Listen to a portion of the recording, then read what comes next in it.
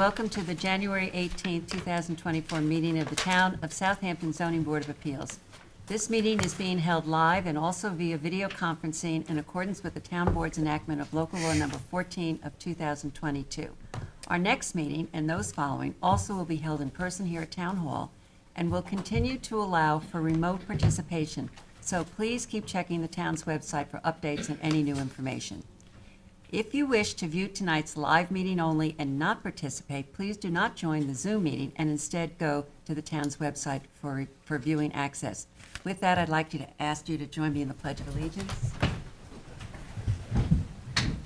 I pledge allegiance to the flag of the United States of America and to the republic for which it stands, one nation, under God, indivisible, with liberty and justice for all.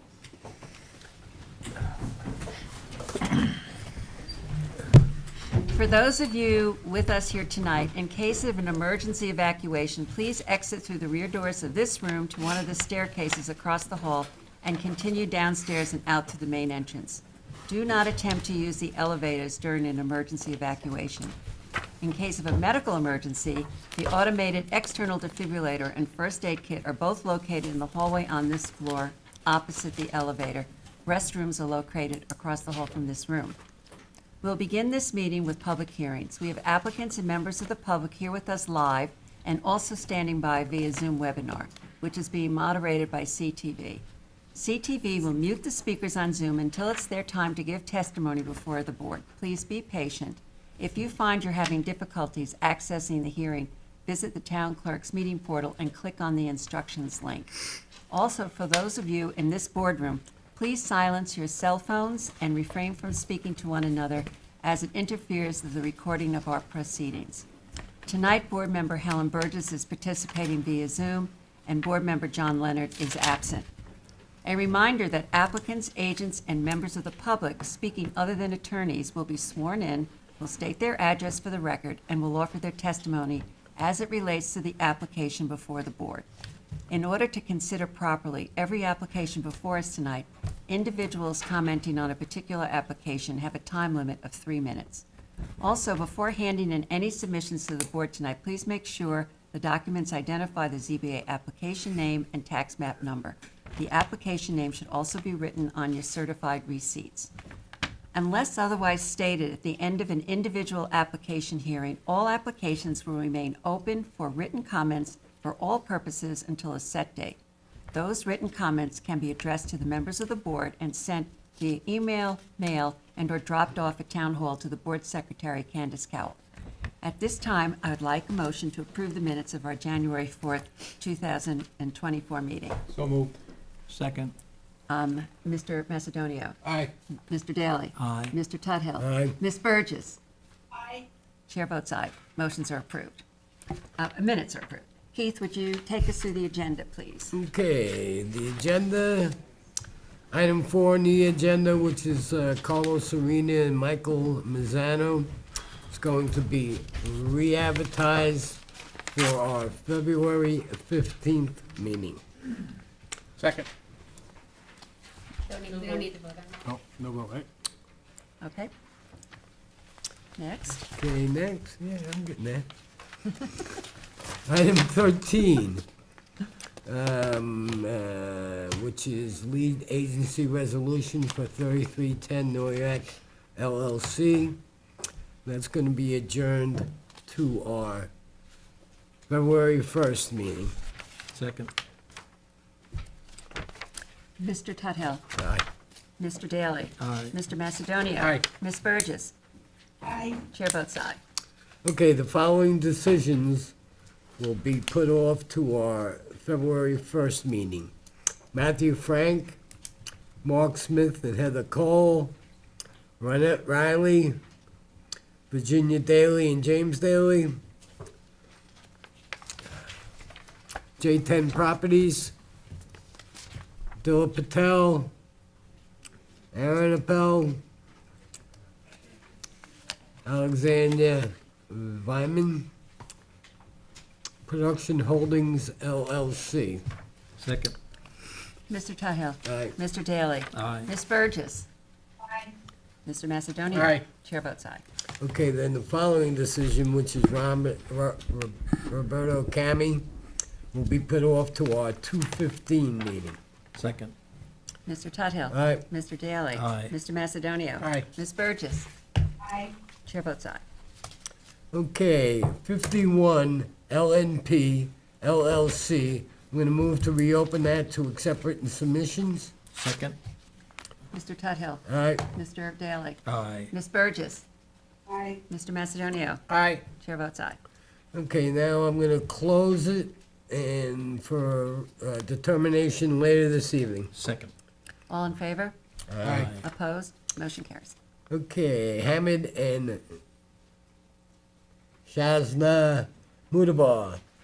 I'll move to reopen that to accept written submissions. Second. Second.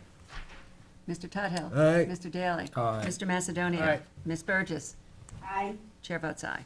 And now I'll move to close it for a determination later this evening. Second. All in favor? Aye. Opposed? Motion carries. And then 16 Indian Avenue LLC. I'll move to reopen to accept written submissions. Second. Mr. Tudhill. Aye. Mr. Daly. Aye. Mr. Macedonio. Aye. Ms. Burgess. Aye. Chair votes aye. And now I'll move to close it for a determination later this evening. Second. Mr. All in favor? Aye. Opposed? Motion carries. All right, let's go back to the beginning of the agenda.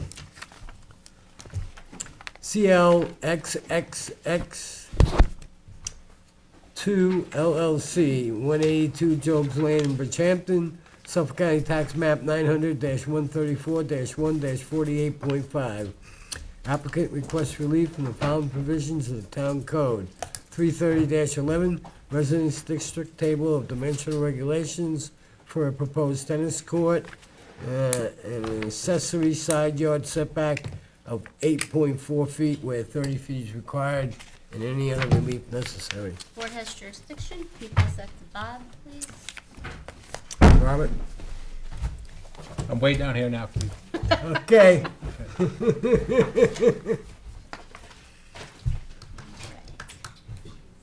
Remember your privates, Brian. Good evening, members of the board. Brian Locassit with the Adam Miller Group, 2462 Main Street, Bridgehampton, New York. Attorney for the applicant. 1 second. This is a. They're earmarked in packets, so. This is a one Yep, packet, correct, okay. yep. As stated, I'm here for 182 Jobs Lane in Bridgehampton, New York. I'm requesting relief for a proposed tennis court. The property is located in the R80 zoning district. The lot is 83,987 square feet. The applicant is proposing a reduced size, 55 by 110-foot tennis court. This lot does not meet the required minimum width of 175 feet located in the R80 zoning district. It is 165.69 feet. Therefore, there is no feasible way to put this reduced-size tennis court in a north-south orientation as the applicant desires without the relief requested before you. As noted, we are requesting relief of 8.4 feet where 30 feet is required. On its face, that may seem like a rather high number, but when you look at the property as submitted aerials and on the survey, this property adjoins a 45-foot wide ingress and egress and utility easement. And then the next lot to the north is a active tree farm. So there's gonna actually be no, in my opinion, detriment to the adjoining lots. It's just a neighbor. We have proposed screening. A screening plan was permitted. We actually are about 1.5 times the minimum setback from both the rear and the south property line, so as to have no impact, in our opinion, on the adjoining property owners. Excuse me, Brian. Yep. I think you said you're asking for relief of 8.4 feet, or it says here you're a Asking to setback. locate the tennis court 8.4 feet where 30 is required. Okay, Yeah. thank you. Okay, good clarification. Yep, Thank you. correct. What's the tennis court size, Brian? 55 by 110, so it's a Okay, reduced okay. size court. All right, let's see. As stated, we are offered a screening plan along the north side of the property. There's current mature hedging along the western and southern side, and all plan is to keep that remaining, so there's existing screening in place. The overall concept design of the applicant and the architect was to have the house, the proposed pool, and the proposed tennis court all in a direct line with each other, so as to keep the accessory structures situated behind the pool to reduce any view from Job's Lane, and just to have a central viewpoint through the entire property. Again, this property adjoins in a common driveway easement, so there's no improved property other than the driveway on the requested property line, so my opinion is that there's no impact to the neighbor. The benefit to the applicant clearly outweighs any neighbor, any impact to the neighbors. I provided aerials, both a close-up and a further up, so you can see this area. Tennis courts are a common amenity in the area. 4 lots to the north, I provided the decision, there's a tennis court, and the survey associated with that decision has the tennis court 11 feet from the property line. So this relief would not be uncommon to the area. As stated, this lot does not meet the total required width, so there is a hardship to the applicant in that he doesn't have the required 175 feet, where this 110-foot tennis court could meet the required 30 feet on each side. What did you say the width was? It's 165.69 feet. I received Marjorie's turn-down letter earlier this morning. She had some comments, mostly with respect to the existing improvements on the property. She notes a comment about the existing cottage as noted on the survey. Our client's aware that that's not a permissible use. It's not being used. There's actually a demo permit was issued for that structure in the existing house in August, so we're well aware of that illegality and plan to remove that. We're gonna have one single-family house with a proposed pool house, and tennis court. All the other improvements will be as of right, so we're only before you for the tennis court. So, to that point, I don't know to what degree you want me to address the second and third comments.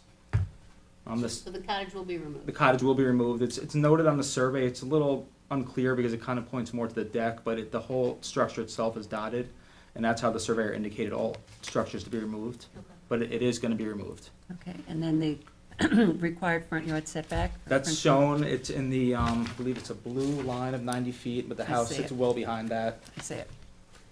Um, And plans for the dwelling?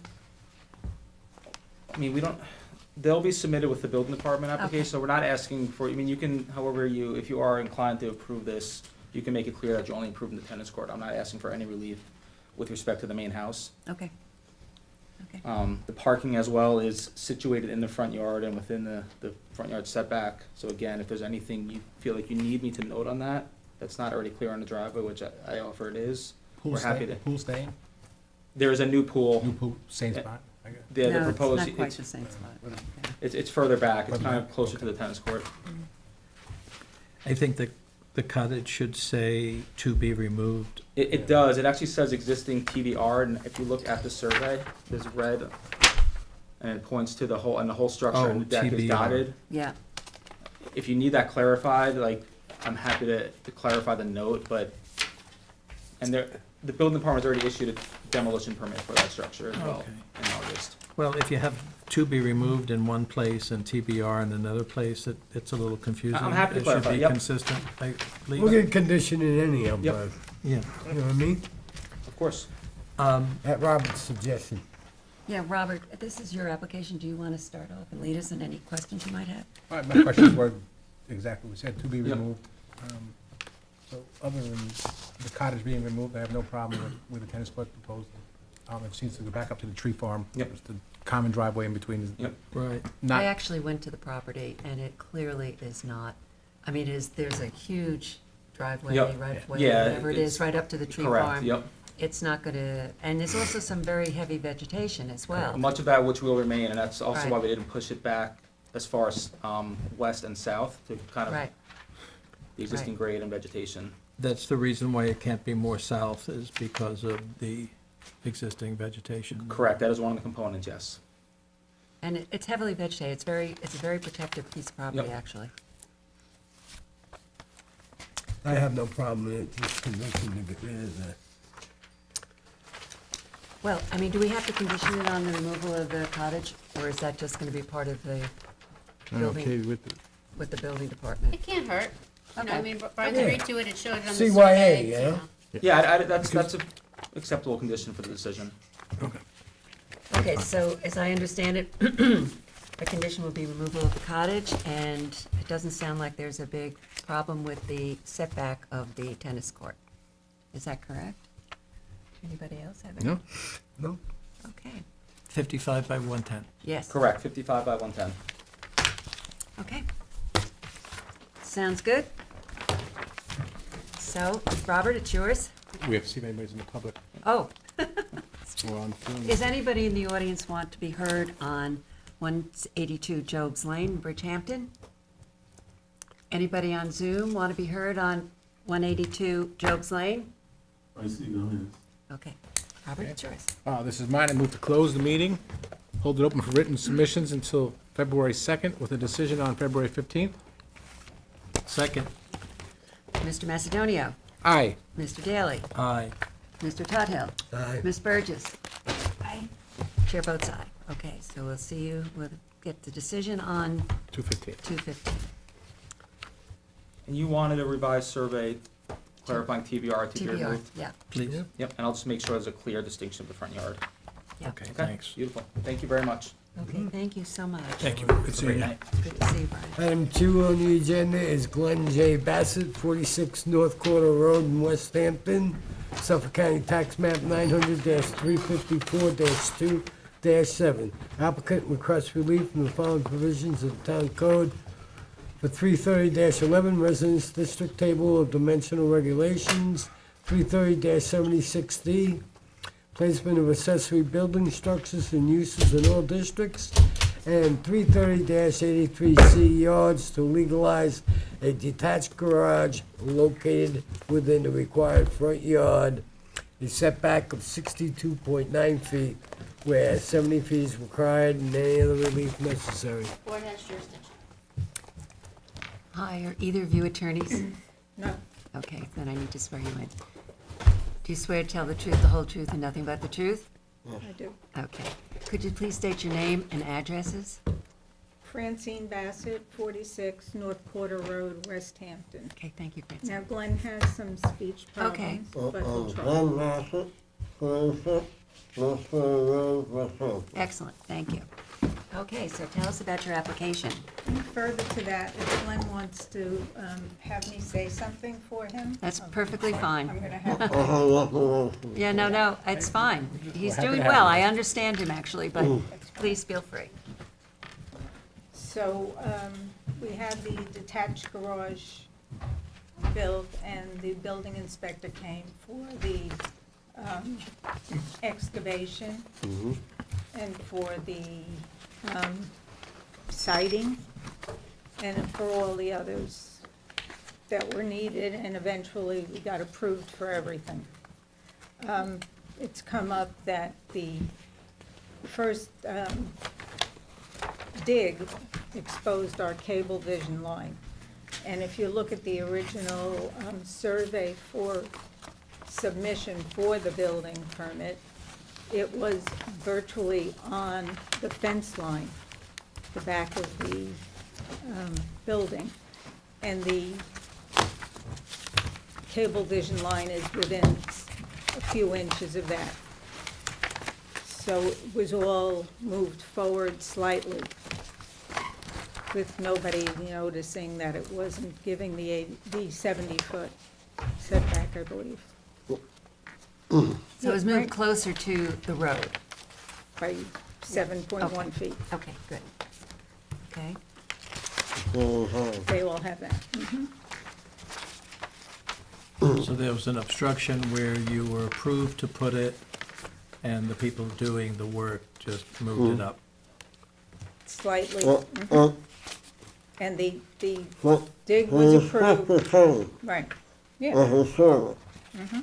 It's still here, you've it's got approved. the, You got all the you've got the approvals. approvals. Yes, all the approvals are here. Okay?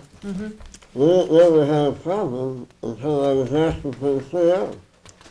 Got it. And And then getting you the found CO, it. they discovered that it was Because we had to submit another closer survey. than it should have been. Yes.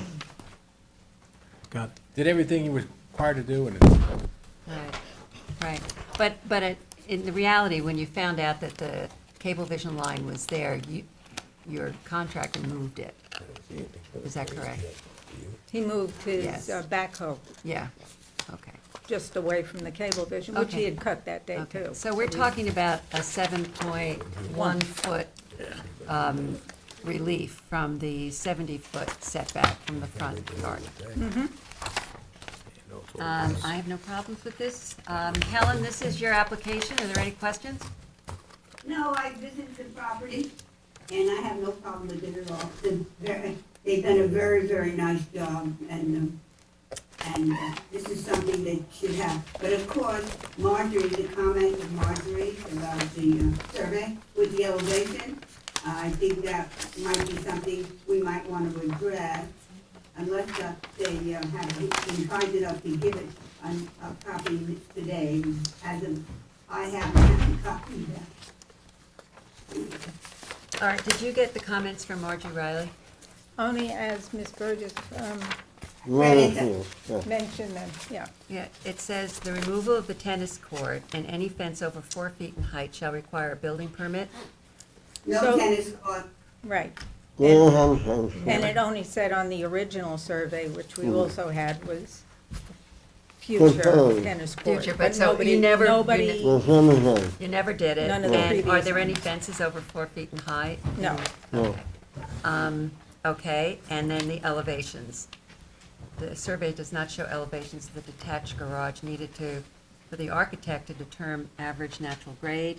As such, detached garage shall comply with the requirements set in the code related to the allowable height of said building. That's to see if there's a pyramid infringement. So, is that something that can be done easily? So the height of the building is lower than the height of the house, Yeah. even though we, to make it aesthetically pleasing, did the same roof line, Yeah. but Yeah. not to the same Yeah, height. no, it's very attractive. Yeah, they all have it. It's very attractive, yeah. But if you look on the architect's plans, one of the 4 sheets that was approved by the building department, there's a little check mark near where it's supposed to have an elevation number, Yeah.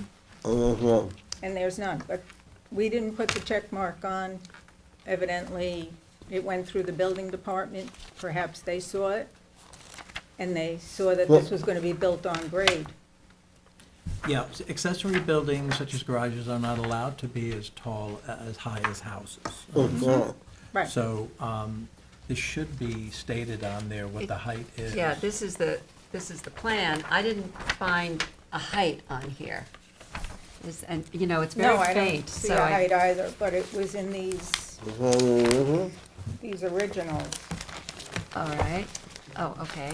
that have been approved by the building department. Okay, do you have the, Yeah, I have to get to the right page for you, or, oh, it is this one. it says floor plan elevation section. But if you see this, where it has elevation box, On the right side elevation, very light, but it looks like 17 something. What does the check go My reading glasses need reading glasses. to? well, you have a little, Do you have a, am I not seeing this? It says ground snow load.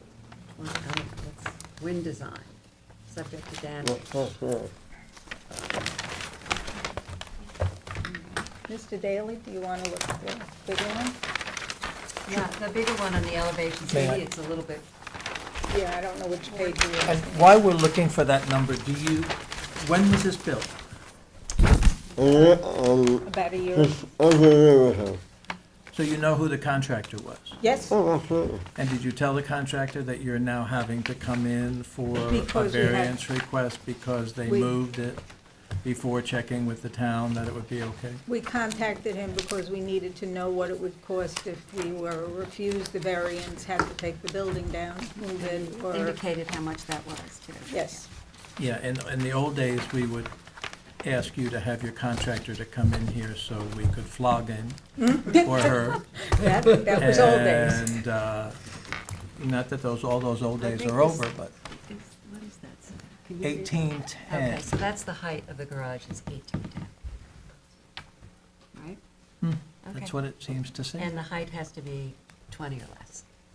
Oh, that wasn't 17, that was top ridge. 18, 10. Okay. What's the story with the frame shed? You see a frame shed? I don't see any paperwork on the frame shed. Thank you. All right, hold on.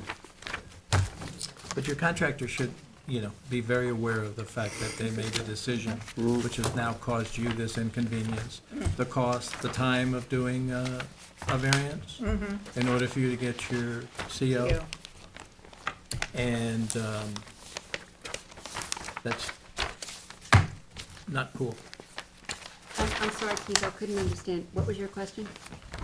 I see a frame shed on this survey. I see no paperwork within the packet or anything for the frame shed. Is that a pre-existing shed? Mm-hmm. Okay.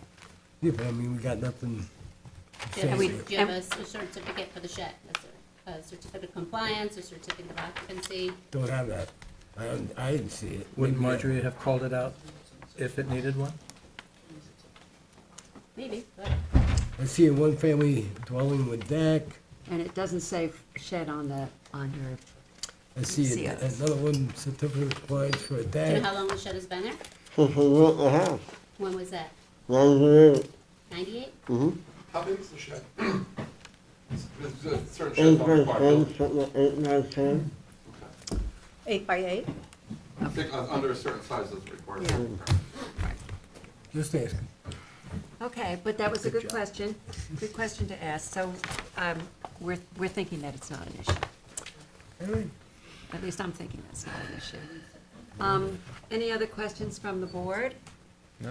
Anyone in the audience wishes to be heard on the application of 46 North Quarter Road, West Hampton? Anybody on Zoom who wishes to be heard on 46 North Quarter Road in West Hampton? Excuse me. Pardon me? Okay. Helen, this is yours. Okay, we can close the public hearing. Leave it open for written submissions to February 2nd with a decision on February 15th. Second. Ms. Burgess. Aye. Mr. Daly. Aye. Mr. Macedonia. Aye. Mr. Tudhill. Aye. Chair votes aye. Okay, so, thank you very much. Thanks very much. you. So Thank you'll you. be able to call Candace on the 15th or the day after that meeting of the 15th and Thank you. receive your decision, okay? Thank you. Thank you, thank you. Thank you. Good luck. Thank you. Item 3 on the agenda is 370 Fowler Street LLC, 370 Fowler Street in Watermill, Suffolk County Tax Map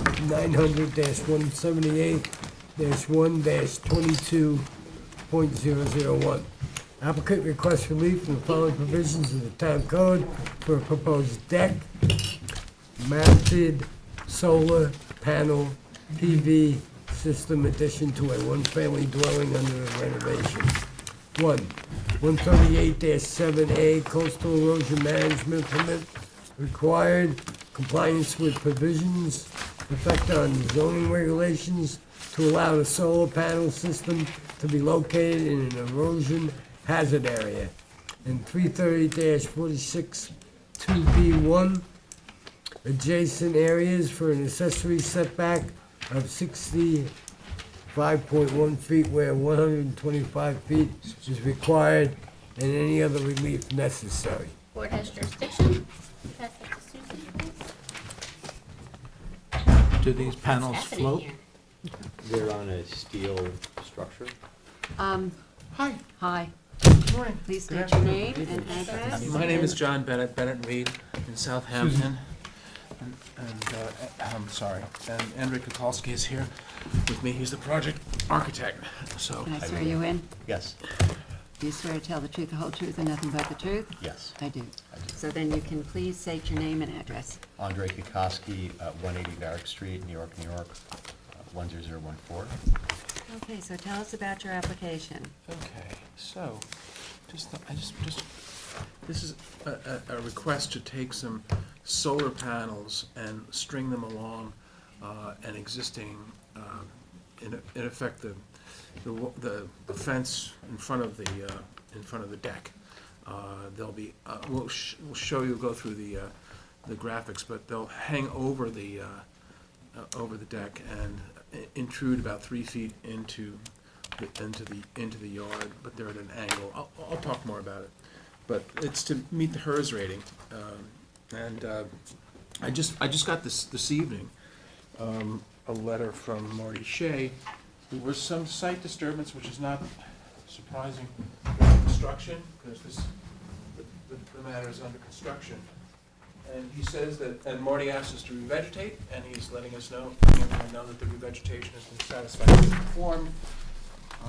And the last thing that he says on his letter is, while there are no issues with the planned deck installation of solar panels, he wants the project limited fence reinstalled, which we're more than happy to do, of course. Remember, you can start with me for the written subs. And I'll pass them Oh, down. I'm sorry. I always messed up. I know. I apologize. Pass that to Susan, please. Sorry, Katie. So, that's good. And then I just wanted to,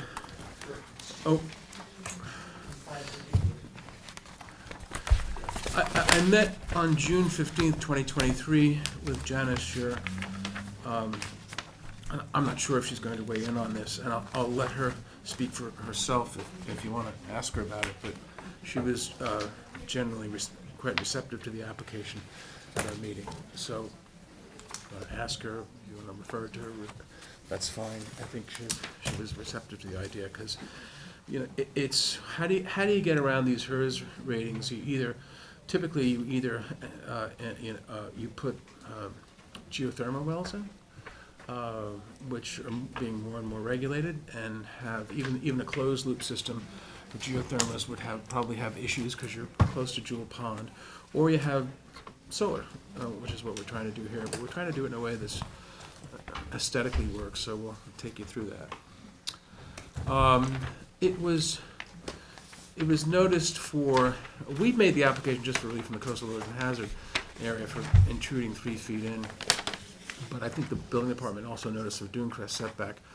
So that's fine. I mean, I happen to think that's the right way to approach it, but I know in the past, I'm a little bit confused, because in the past, once you got past that line, it was just noticed for coastal erosion. So however you want to do it, I hope you would grant relief from both if you think that's necessary. I've been back and forth with the building department and the board on this. I happen to think that it's probably proper to grant relief, both coastal erosion hazard relief and dune crest setback relief, because there are two separate governing laws, but there's been a back and forth thing on that. The house, as it sits, does not meet the dune crest setback, but it's been permitted to be totally rebuilded at the existing dune crest setback line, based upon this board's determination in the matter of Kevin Bryan, which interestingly enough came out of a decision 3 lots down from here. And the board made a finding consistent with the building inspector that since the dune crest setback is a creature of the zoning code, you're entitled to get the benefit of the pre-existing non-conforming setback, which is why this house is where it is. So we want to intrude another 3 feet into that setback for the purpose of the environmentally beneficial purpose of hanging these solar panels over the railing. Now, I guess you could argue, since coastal erosion law is all about coverage, we're actually not, they hang above the railing. I think probably the best way to see them. The first page, I'm sorry, is that there's 38 total solar panels, and we've just shown them hanging out along the edge. That's on the first, bless you, that's on the first page. The second page is, we wanted to let you know that, I mean, one of the things that's driving this application, in addition to the need for HERS ratings, is we don't want to have any impact on the visual environment. So what we did was we have a perspective rendering from the south facade and the beach, and unlike these rather ungainly panels that people string along the roof line, you're not going to be able to see these from the beach, which is something that we think really adds to it and supports the application. The third section is sort of the heart of it, and if you have any other questions for Andre about this, he'll let you know. He'll tell you, but the idea is to in effect hang these panels off the leading edge of the deck railing, which is, I think it's constructed, isn't it? It's Correct, permitted yes. and constructed. And, Yes. It's done. Yes. yeah, it's done. So, and the nice thing about these two is they're, from a FEMA point of view, it's an independent structure. So, these are, underneath it are breakaway.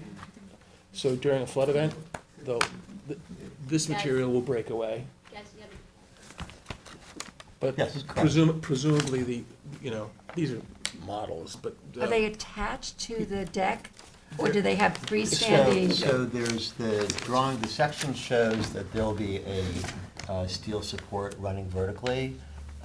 Those will be spaced periodically along the length of the facade.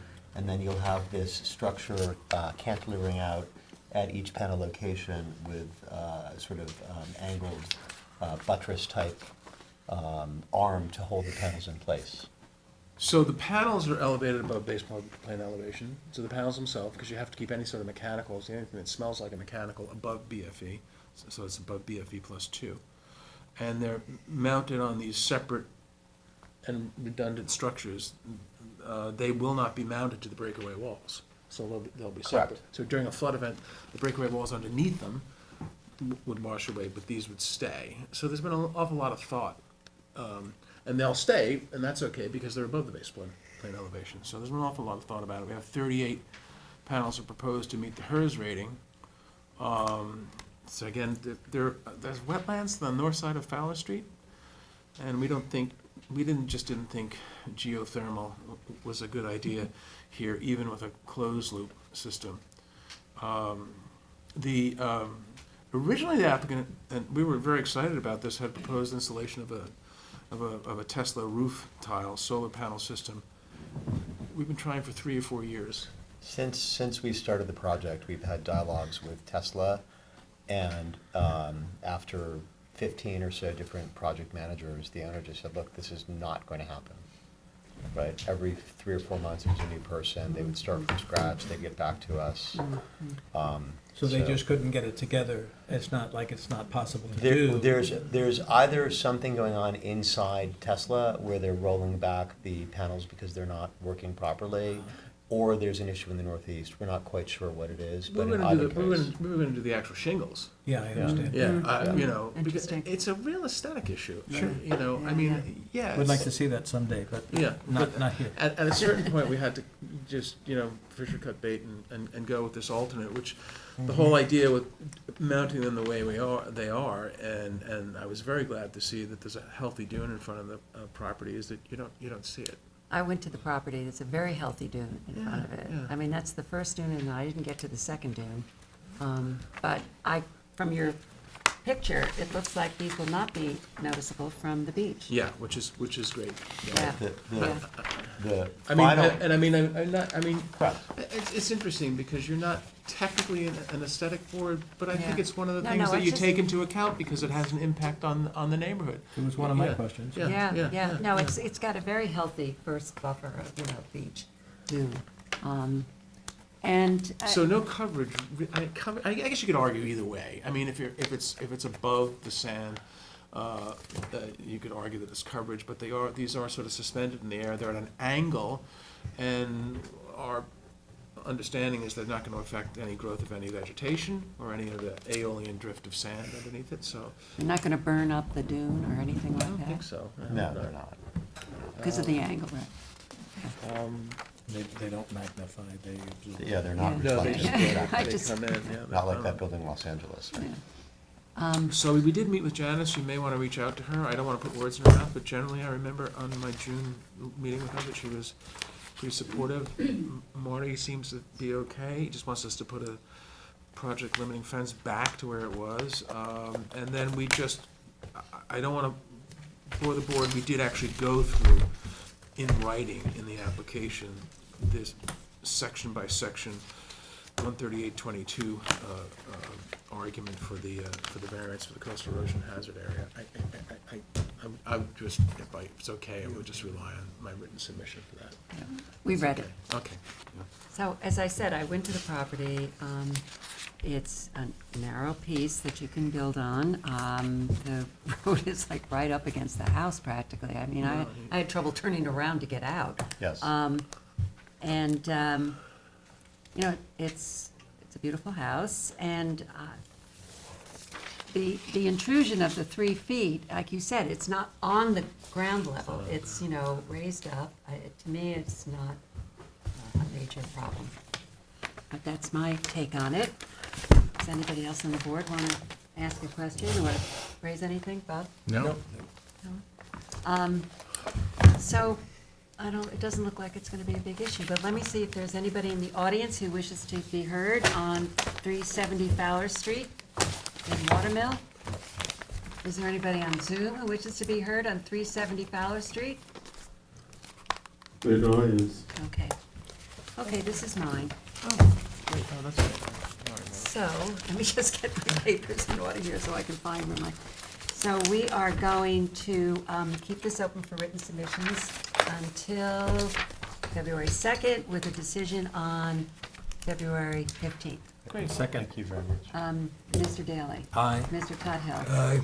Mr. Macedonia. Aye. Ms. Burgess. I, Chair votes aye. Okay. Nice Thank seeing you. you. Nice to see you. Thank you too. very much. Thanks a lot. Okay.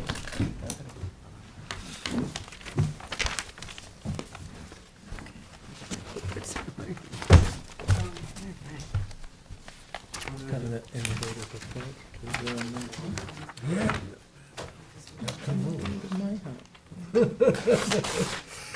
Item 5 on the agenda is East Quogue Realty, East Quogue 535 Realty, Inc. 535 Montauk Highway in East Quogue. You gotta read it. I gotta read it? Yep, it's re-advertising. Okay, applicant, this is Suffolk County Tax Map 900-341-1-52.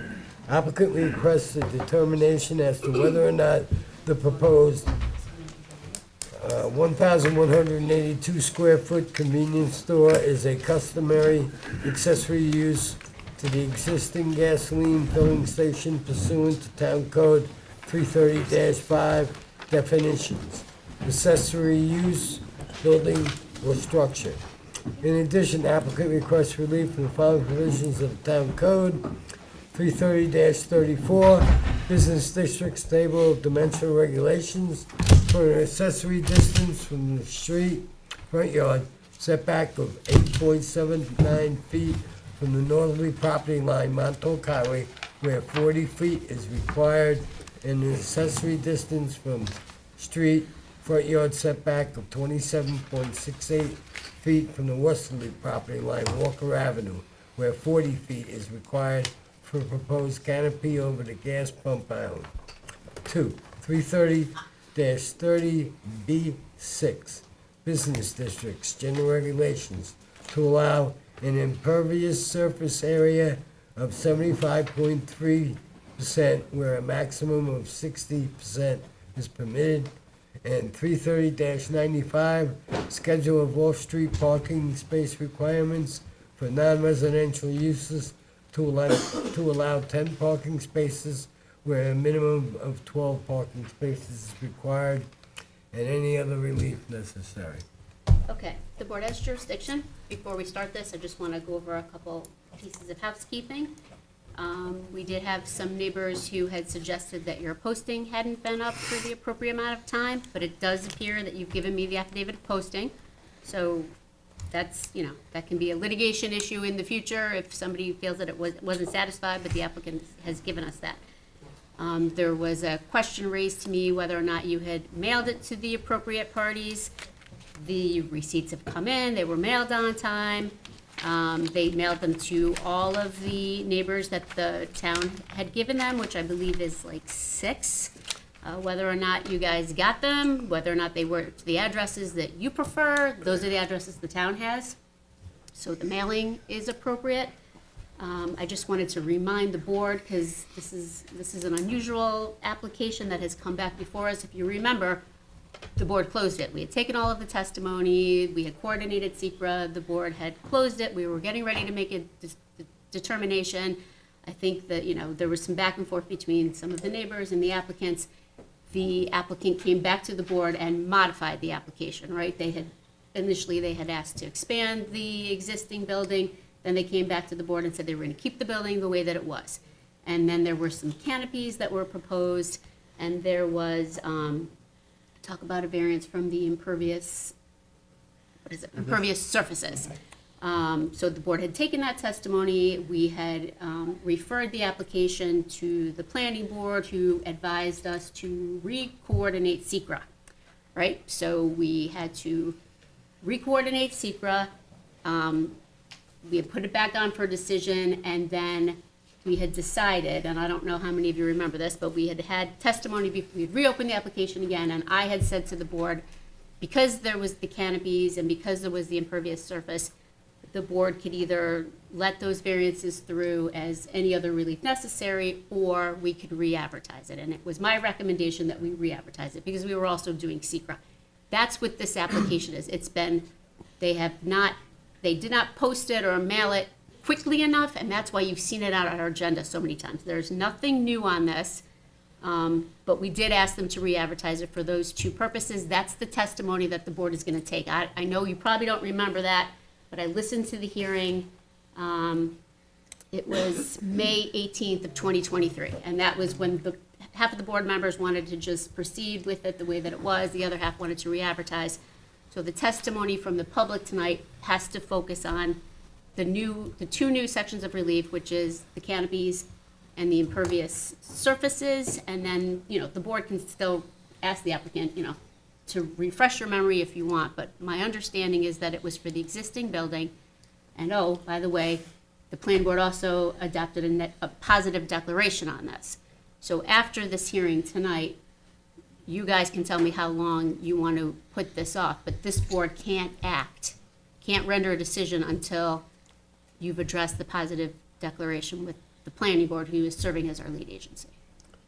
If I may add to Yes, that. please. I'd like to know, because, listen, we have about a half dozen hearings on this. There's 15 people here, they're gonna tell you how much they hate the project, they're gonna come and tell the planning board that. I get it, we've heard it a million times.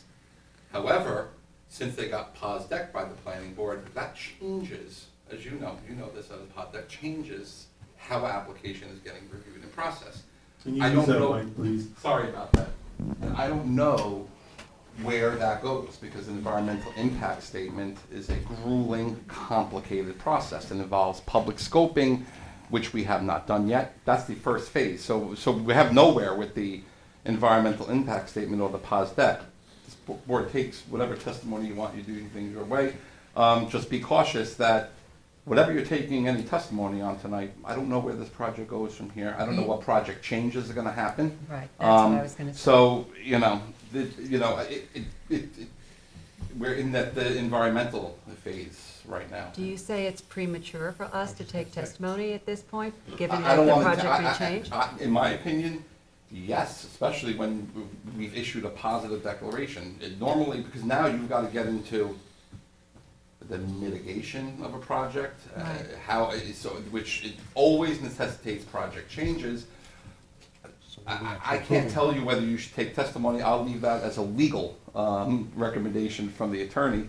The people are here, so be it. And, if you want to take the testimony, that's perfectly fine. All that I'm saying is it could be testimony on a project that That may not look like that at the it may end. not look like that. So it may be, I just wanted, but first of all, could you please state your name and your addresses? I know we've sworn you in before, but just to be on the other. Charles W. Southern Jr., 435 Bay Hill Road, Southfield. Okay, John Scott Perdetti, 220 Main Street, Center Merchants, New York. okay. Attorney.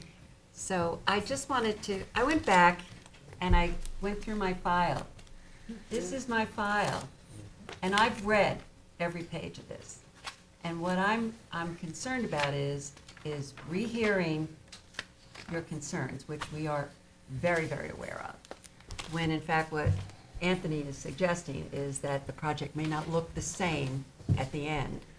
And, is it, a fruitless endeavor? What are we proving, yeah? I mean, Well, we're not approving I do want to know anything. from the applicant if they could say, what, you know, the POS deck was issued. Normally, the first phase is that a scoping document comes in from the applicant. We review the scoping. We open it up to a public hearing. The public hearing is limited to the scoping document. That never happens, but that's the law. And then we go through the whole environmental impact statement. That has not happened. So I don't know, so if you can, maybe you have some. I do. Okay. It's called litigation. We needed That makes me even more uncomfortable now. We needed a determination. We have using the existing structure, everything as is inconsistent with the prior decision of a conditional neg deck, when it was the expanded building, the building that we were asked to tone down. So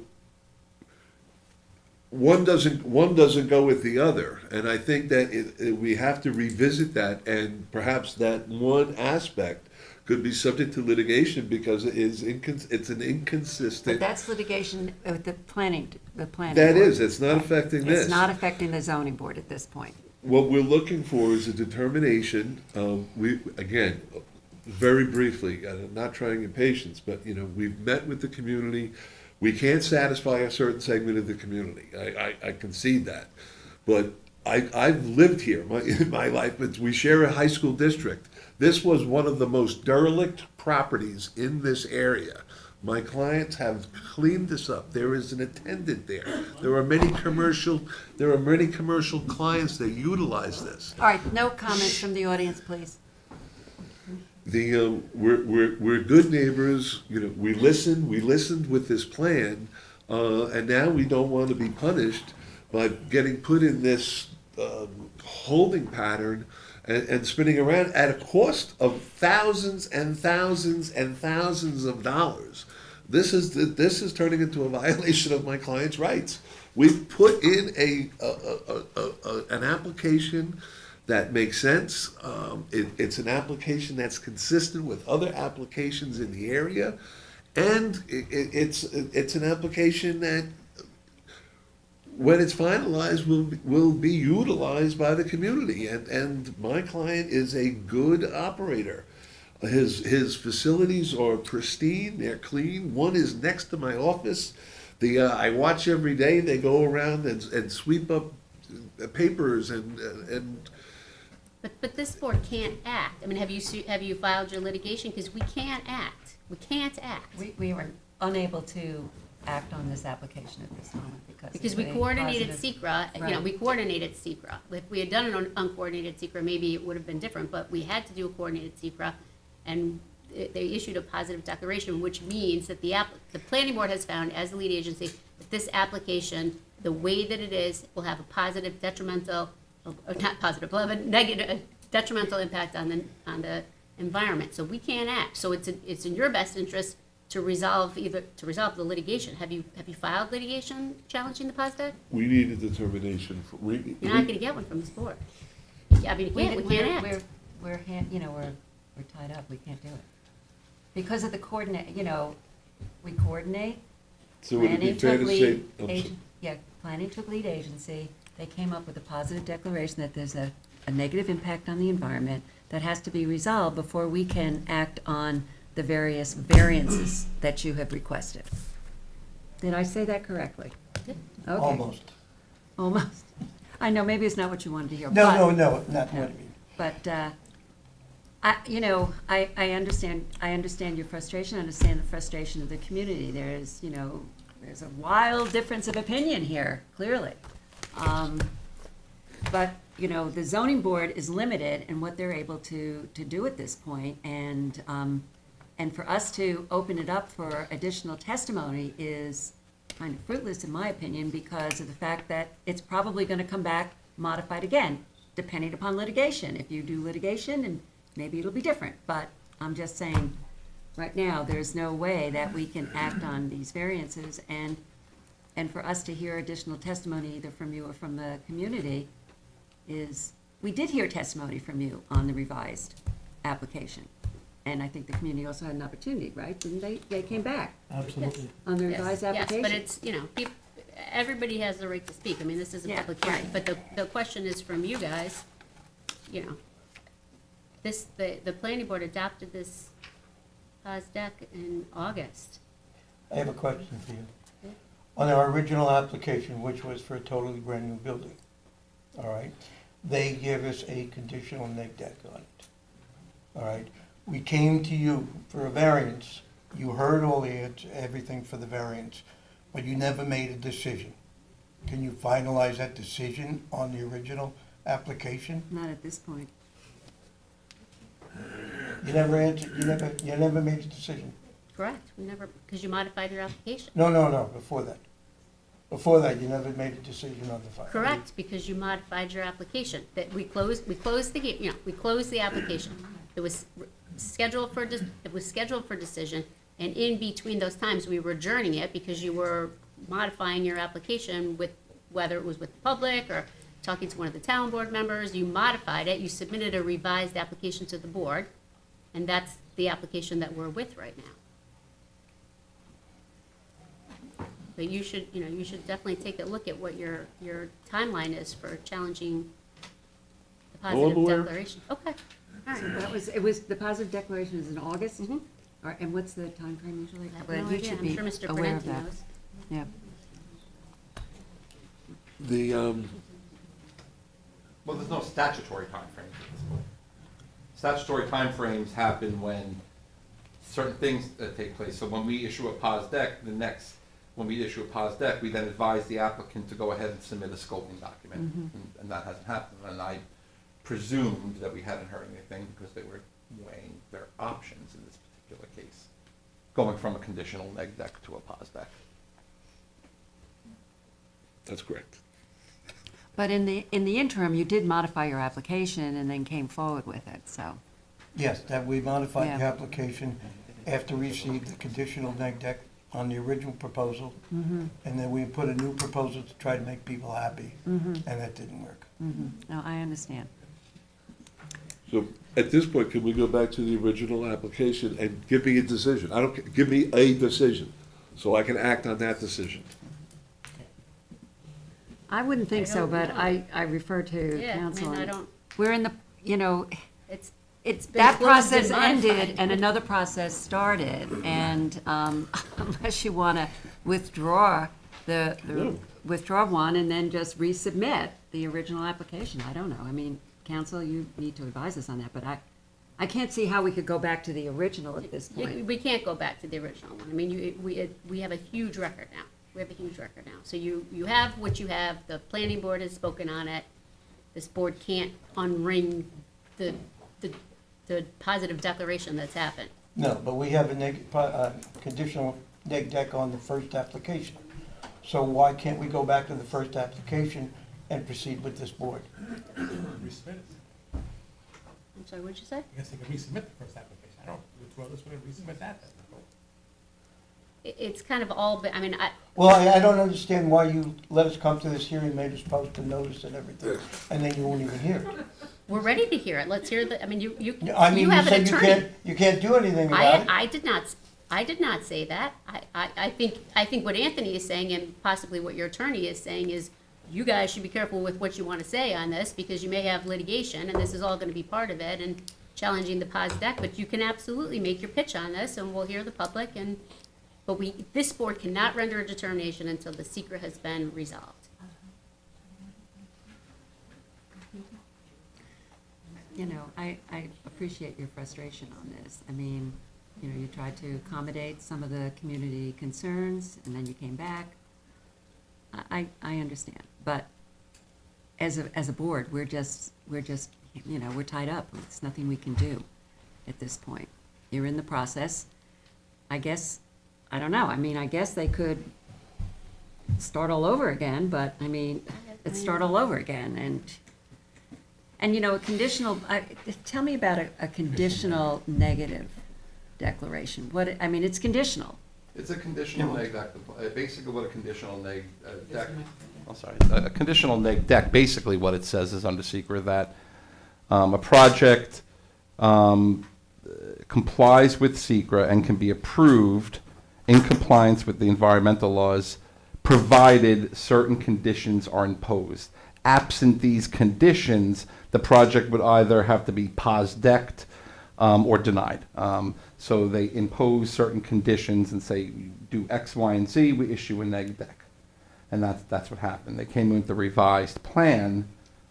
Aside from the canopy and maybe some coverage issues, the overall project was sort of scaled down from the size of the building. I think, maybe number of parking spaces, that kind of things. They went through the process, and the planning board issued a positive declaration. And so that's sort of where they're stuck right now. I get it, believe me. I empathize with the frustrations of a process when it becomes this. All right, let's just start taking testimony and move this Yeah, along. I think Because you you're guys right. need a plan. I mean, They're we've not, been the asked, public's not gonna accept what I'm saying regardless, and they wanna proceed somehow. Just, all that I'm saying is take the testimony and, Yeah. just be cautious, that's all I'm saying, because they've already put on the record about litigation, so I just wanted everybody to be cautious, that's all. So do you have any testimony you would like to give? Only in that we've listened to the community, we've downsized the application, we came up with an application that I thought made sense to all, that has some support, but there is a group that you're gonna hear from yet again. I've been cursed at, disparaged, libeled, Well, slandered. hopefully not tonight. Thank you. And it will my not happen patience- tonight. My patience is running thin. Okay. But most respectfully, this is a plan that I believe should be approved, and I believe it's in the best interest of the greater community. And I believe that my client would be a valued member and would provide a very valuable service to the greater community. And this is with input from members of different forms of government. I've met with some town trustees to try to address everybody's concerns from fueling vehicles, fueling boats, fueling fire trucks, fueling commercial this is a valued service to the community, and I'm gonna end with that, thank you. I just want to clarify, the original application was for a brand-new building of 1,382 square feet, I believe it was. We were going for, we needed to come to the Board of Appeals for the use as a convenience store, as an accessory use to a gas station. We also needed a variance for, I believe it was 3 parking places. The rest of the application met code, if I'm not mistaken. We came to this board, we received a conditional neg deck from the planning board, and we were sent here to get our variances for those items. We came here, and there was only these people who came out, didn't like the project, didn't want it, even though it had received the conditional neg deck. All right, so we decided to converse with the community. My attorney, he conversed with the community, and we decided to keep the original building, keep the original gas pumps where they're located, and convert the original building into a convenience store and gas station attendant and toilets and things like that, and put a canopy over each one of the existing gas pumps. That was the revision to the project, was greatly scaled down. Planning board gave us a positive deck on that. All right. And so we're here to see whether we can get any relief. Okay. Do we know why we went from a conditional neg? we're not gonna That's debate not our, that. that's not our Doesn't thing. No. I'm just, I can provide you all secret documents, though. Good question. We have our I'm just secret curious. documents. Yeah, To the see board better has, the board than has that. the secret document. Okay. That's why I wanted to explain the difference between the first and the second one. Okay. Okay, thank you very much. We're now going to open it up. If anyone has something to add to this? As it relates to the canopy and And the the impervious surfaces. impervious surface. And, we did receive the letters from Mr. Jaffe and Ms. Dietz today, the emails.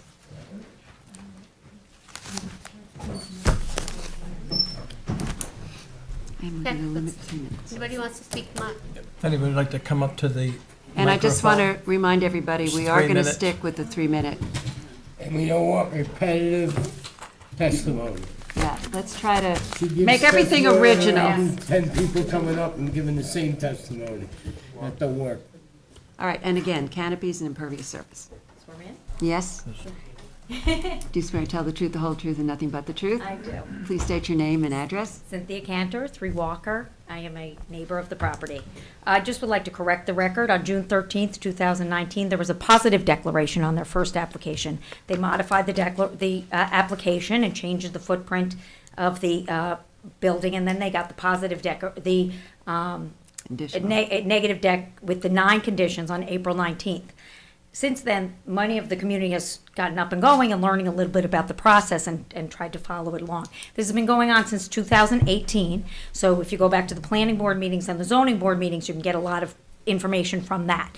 They then have subsequently been given the positive declaration with SECRA on this final plan, which does not change the footprint. So our main thing is that the convenience store is not a accessory application to the building that exists now in an HO zone.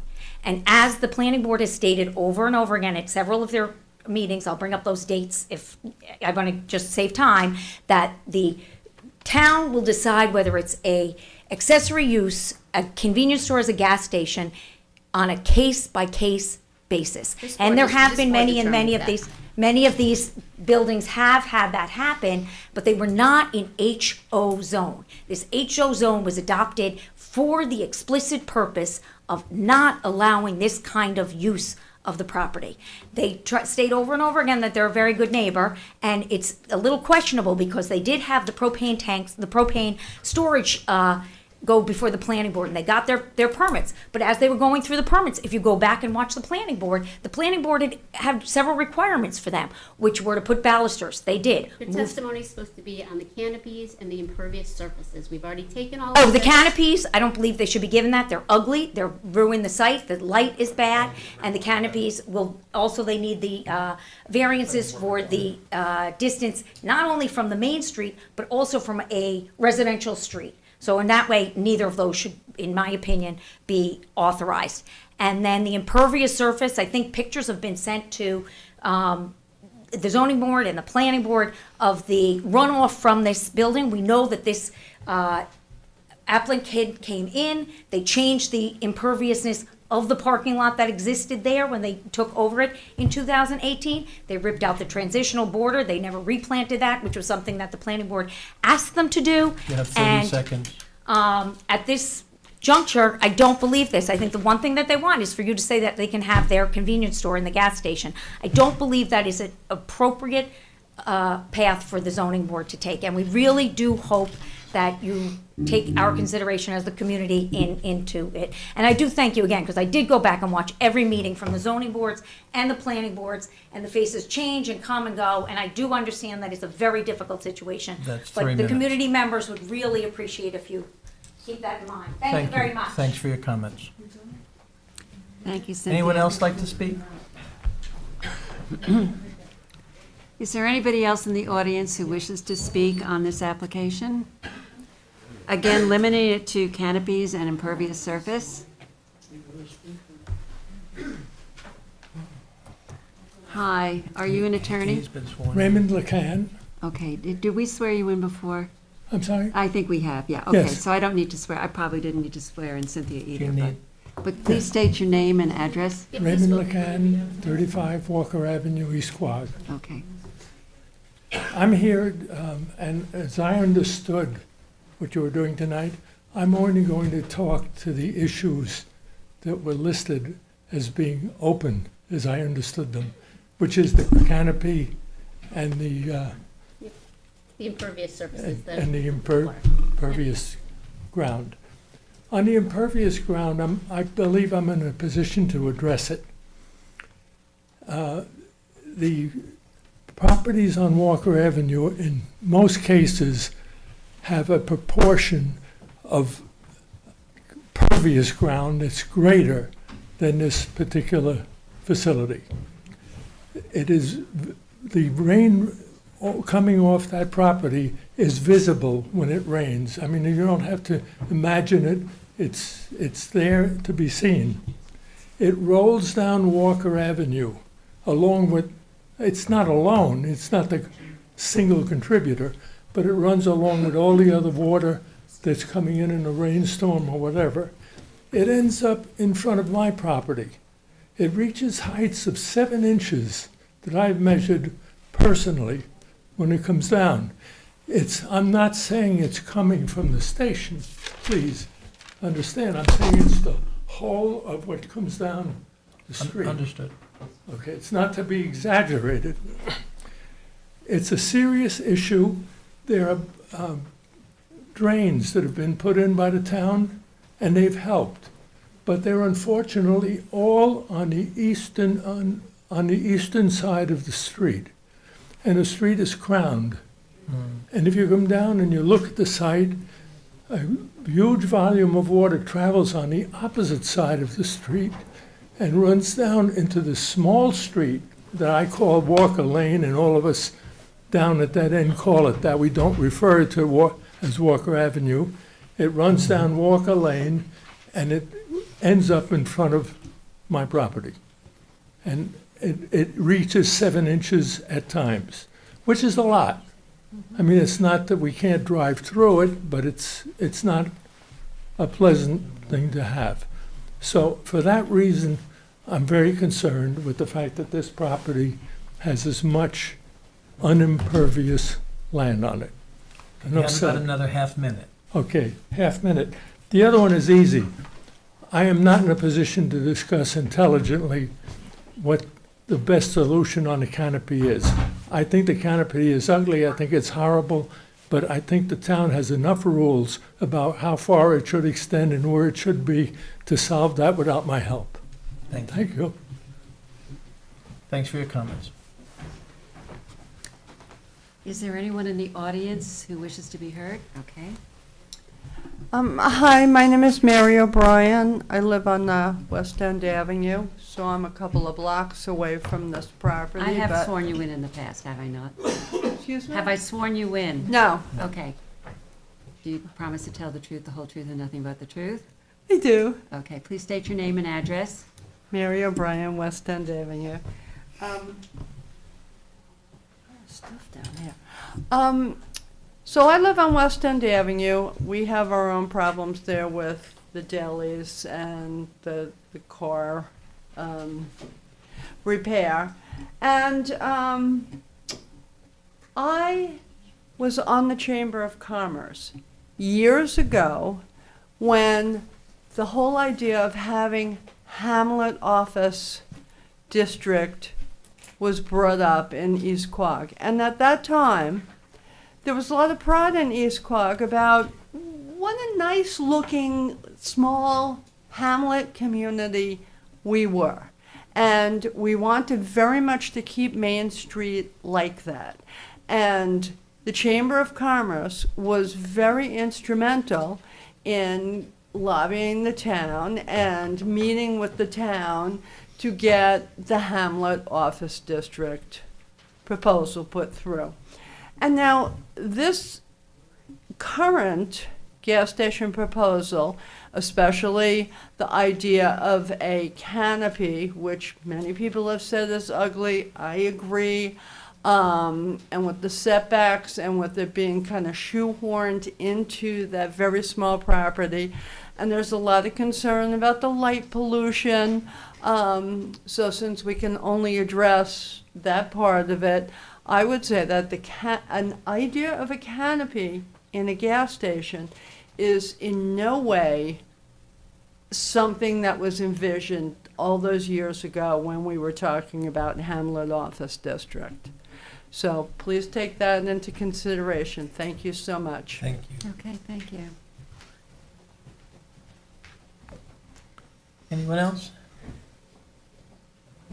Don't feel obligated. I'll be quick too.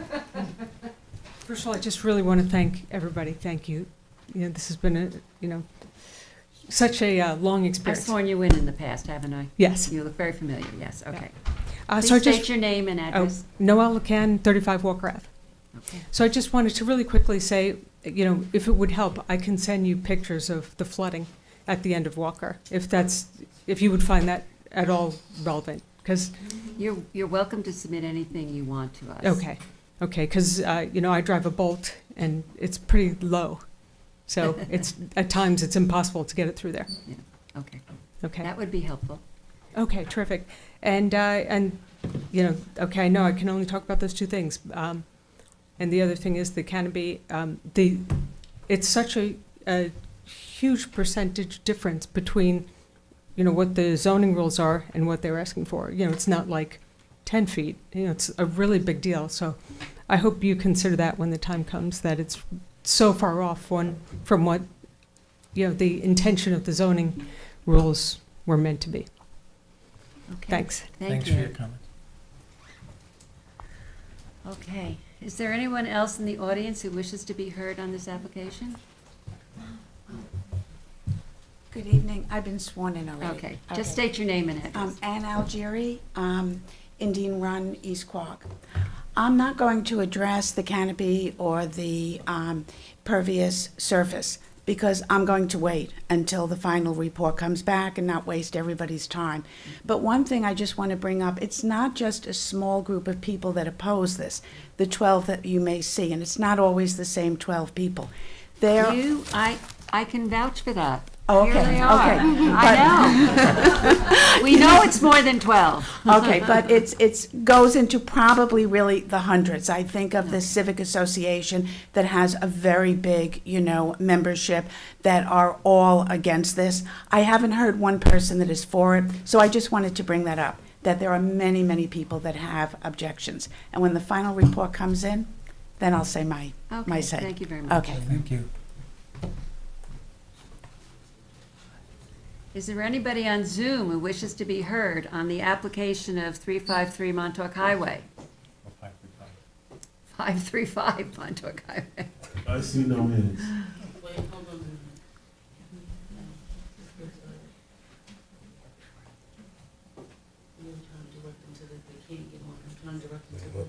Okay.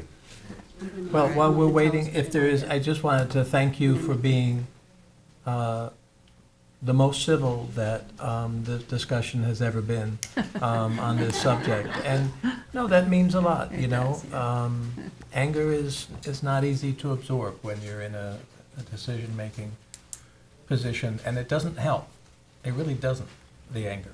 But your sensible feedback about these issues, that does help. So thanks for that. Can I just say one other thing? I know I have to go to the mic. There is a fellow outside who's not on our case, who, At the mic. Please. when I was walking in, did not know I was part of this and having a discussion out there, and said, F the community. They've already decided on that. So I really hope that isn't the case. It's another person who comes before the board, but we're not the ones using the foul language and the disparaging comments that seem to be, you know, that they are accusing us of doing. We are trying to be very civil, and I do appreciate that you are understanding that. Thank you again, guys. You're not saying that I said it. No, not you. I didn't say it was Dr. I just want to also say that, you know, I want to just say that, you know, everything Mike said is true. I do, on the other hand, appreciate the fact that we do have an owner with a piece of property who wishes to improve that property and wants to be a valuable member of the community. And we listen to all sides, including that side. And I just want to say that we try to be as balanced as we can and provide as much relief as we can that's within reason. Okay.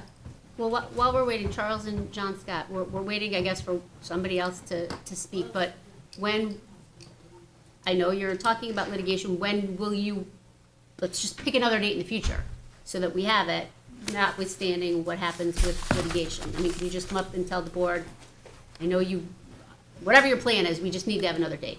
You don't have to advertise it anymore, you don't have to post it anymore, you don't have to mail anymore, but we do need another date. I think based upon based upon this evening and consideration of what we have to deal with the new POS deck issue, probably an April date here, and then we Okay. could, Yeah, and then if, you know, we can put it on for April, and then if some, you know, if you need more time, you could just by email or by letter adjourn it, you know, I mean, we don't need to keep dragging everybody back in. If you find out that it's gonna take longer, or you have filed litigation, or you have worked something out with the planning board, we don't, you know, nobody wants to come in if they don't have to. So You we'll, want it to be April 18th? April 18th would be fine. That's the second meeting in April. yeah, I think but there's don't one get- other individual Yeah, who I wishes just to be figured I'd heard. get his, you know, Okay, we all don't right, vote on so- it until we hear back from Candace, but thank you. Okay, so what do we like to talk about while we're waiting for this? Nothing I don't else, think we need to. nothing else, I don't let's think go. we need to, and I'm if they're te- not I'm on, teasing. you know, they can submit the Yeah, I think we're comments gonna by make, written submission. we're gonna make one effort, and then otherwise, they're gonna have to submit written comments. Somebody coming? Yeah, her name is Jane. Okay. She's She on should Zoom? be- She should be on there now. Okay. All right, Charles, we're looking for Charles? Jane. See no Gene. Jane, maybe, Jane.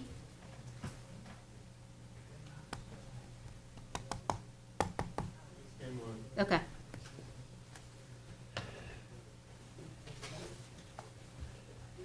Is this Jane Dietz? Yes, please. Yeah, okay. And I know we've sworn her in before. You're stuck with 2 issues, though. Yep. Well, she wrote about them. She sent us.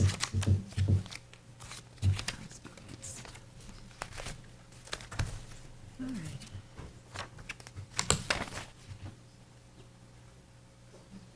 Hi. Can you hear me? Yep, we can hear you. We barely can see you, though. You're a tiny little, Well, but that's okay. Charlie thing. That's Okay. a Charlie thing. Oh, I get really close. No, it's okay. quickly, Jane, I've sworn you in the past, correct? Yes, you have. Could you please state your name and your address, please? I'm Jane Dietz. I'm an adjacent neighbor. I live at 535 Montauk Highway, next to the gas station. And I totally agree with you. Yes.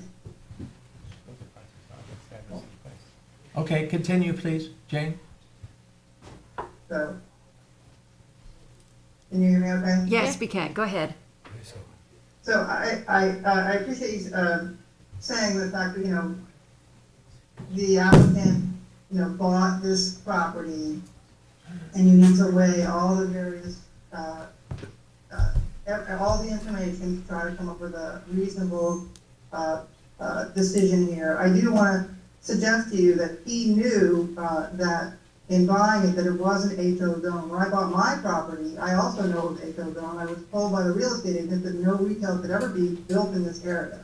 He also knew this because I talked to the widow of the seller, who said that they had considered trying to put in a convenience store at least 3 times, and then had withdrawn the application because they weren't going to be able to do it, either because of the HO zoning or because the property was too small and they wouldn't be able to get emergency vehicles in there. If you were going to build a new gas station today, it would be about 40,000 square feet. You need to have the appropriate parking. You need to be able to get emergency vehicles in. As you might be aware, gas stations are very flammable because of the gas. You have to absolutely need to be able to get the emergency vehicles in there. This particular property is only about 16,000 square feet. Okay, It's way too Jane, small to be able to allow all I that. want to just interrupt you. We are talking about canopies and Canopies, sorry. we're talking about canopies and impervious surface tonight, not the convenience store aspect. So if you've got comments on that, we welcome them. You couldn't hear me? I can't hear. It seems like something's off on your side. Charles, is something, can you hear me now? Do you have any comments about the canopies or the impervious surfaces that we're Does the seeking? parking include the impervious surfaces? No. Parking spaces? No. Okay. Then I'm good. Thank you very much for your time. Okay, Jane, we've gotten all of your correspondence. We have We it have your in testimony. file. I appreciate that. We do have that, yes. Thank you. Okay. All right. So whose is this? Keith. Mine. This is Keith. All right, Keith. So you got the date, Keith? Okay, I'm gonna make a motion to hold over to 4/18/24. Second. Mr. Tuthill. Aye. Mr. Daly. Aye. Mr. Macedonio. Aye. Ms. Burgess. Aye. Chair votes aye. Okay. April 18th, put it on your calendars. We'll see you then. I'm sure the weather will be warmer. Yeah, should be nicer. Are you sure, Robert? You never know. Never know. Okay, we're just going to take a minute while everybody who's shuffles out.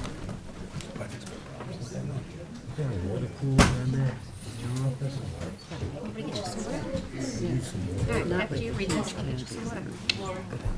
Bubs? I gotta read this one too? Yeah, you do. We have to re-advertise this one. Okay, here we All right, are. item 6 on the agenda, Sean Daniel Cassidy and Jerry Johnson Logue as trustees of the Jerry Logue and Sean Cassidy Living Trust dated 7/12/19. 41 Wickatuck Drive, in Noyak, Suffolk County Tax Map 900-15-2-55. Applicant requests relief from the following provisions of the town code.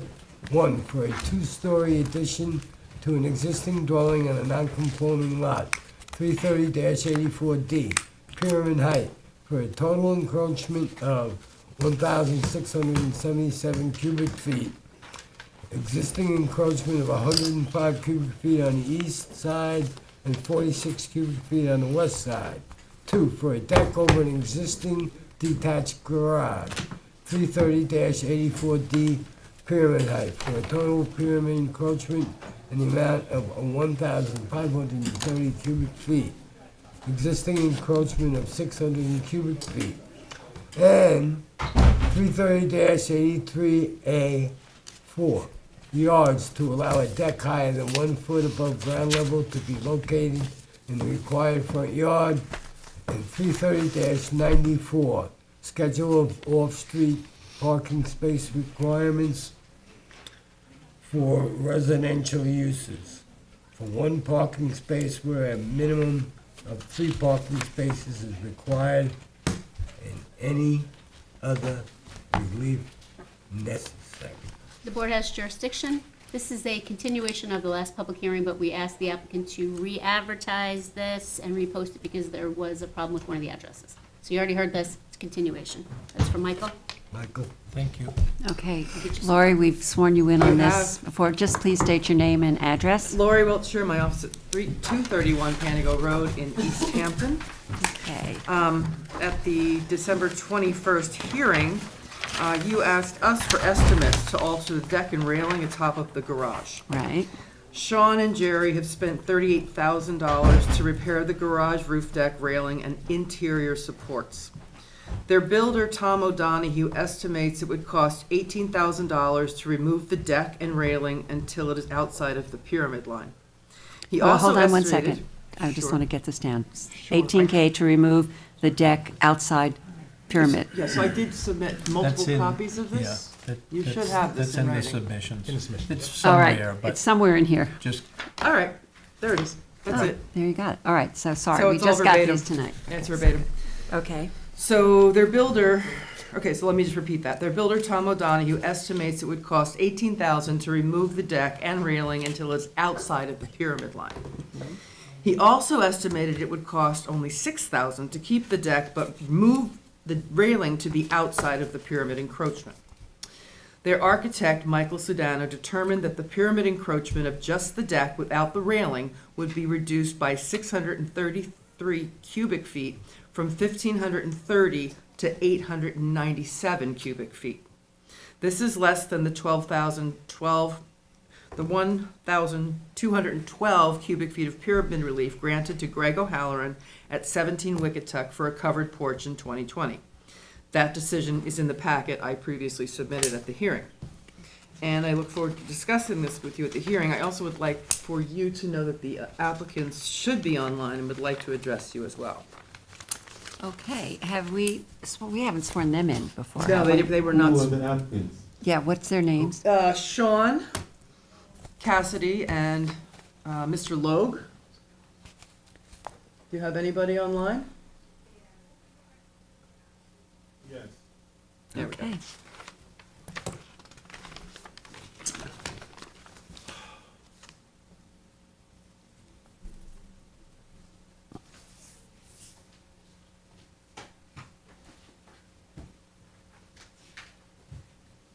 Okay. Are either of you attorneys?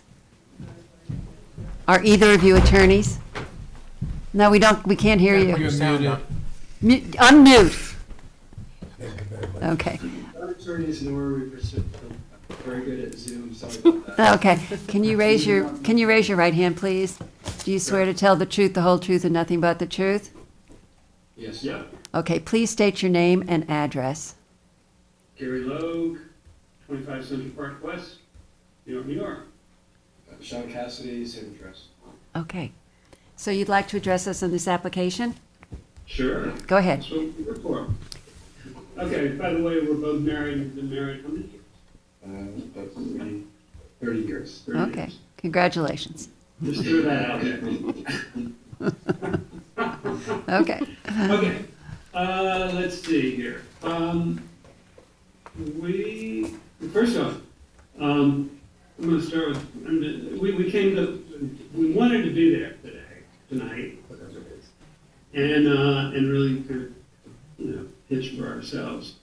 But we needed to come to Maine, which is where we are now, and glad you're not here, because it's freezing and everything else. We're here, and now we're happy to do this on video. Yeah, we had to come up here for a family emergency. I grew up in Maine. Okay, so do you want to address the application at this point? Yeah, we're doing Okay. it. Yeah, so I guess, and I know that Lori covered it last time, when we purchased this house we closed February 28th of last year, the roof deck and railing was existing. It was existing when the previous owner, Tracy Fields, bought the house in 2011. And given the condition of the deck and railing, our contractor estimates that it's been there for 25 to 30 years. I know that Lori covered all this, but when we did the inspection for the house, the roof deck was in disrepair and dangerous. And in fact, the insurance company wouldn't give us a policy unless we repaired it. So we knew that we had to do that immediately. Before we hired a contractor, I called personally the town of Southampton. I spoke to Robert Mannion, a building inspector. He said that you need a building permit, but said most people in the situation fix the roof for the repair and then apply for the building permit afterwards. So with that information, that's what we did. Particularly given the liability of the condition of the roof, and I know that Laura's provided photographs, and there are holes in it, but really, you couldn't even walk on it. We were issued a stop work order on April the 4th. Immediately we applied for the building permit, and then we were told that we were required for a variance, which is why we're here today. We have done all the architectural plans. We spent a lot of money, 38, but it's sticking out $1,000 to what we thought was doing everything correctly. And that's, for us, is a lot of money. And I don't know if anyone's seen the property, the roof deck is, we think, really great. It looks really nice. It's, even a lot of the neighbors have come by and said, wow, you've done a really great job with this house, with the roof, with the garage, with the landscaping, and we really appreciate it. So no, we have totally remade this house. It's not, Sean's right. We did the pool, with the pool, we have, everything has been furnished, top of the line furniture, all,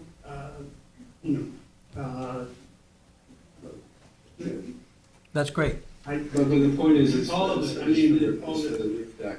And the thing is, we've spent almost $40,000 to do any type of modification to, and Lori can show you better, because I'm not great with pyramid laws and square footage, but if we have to remove this and spend $18,000+, there's no roof deck. There's going to be a roof on the garage, and the way the property is, it's tiered and layered.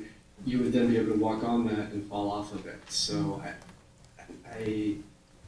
well, don't do that. Basically, it just doesn't make sense.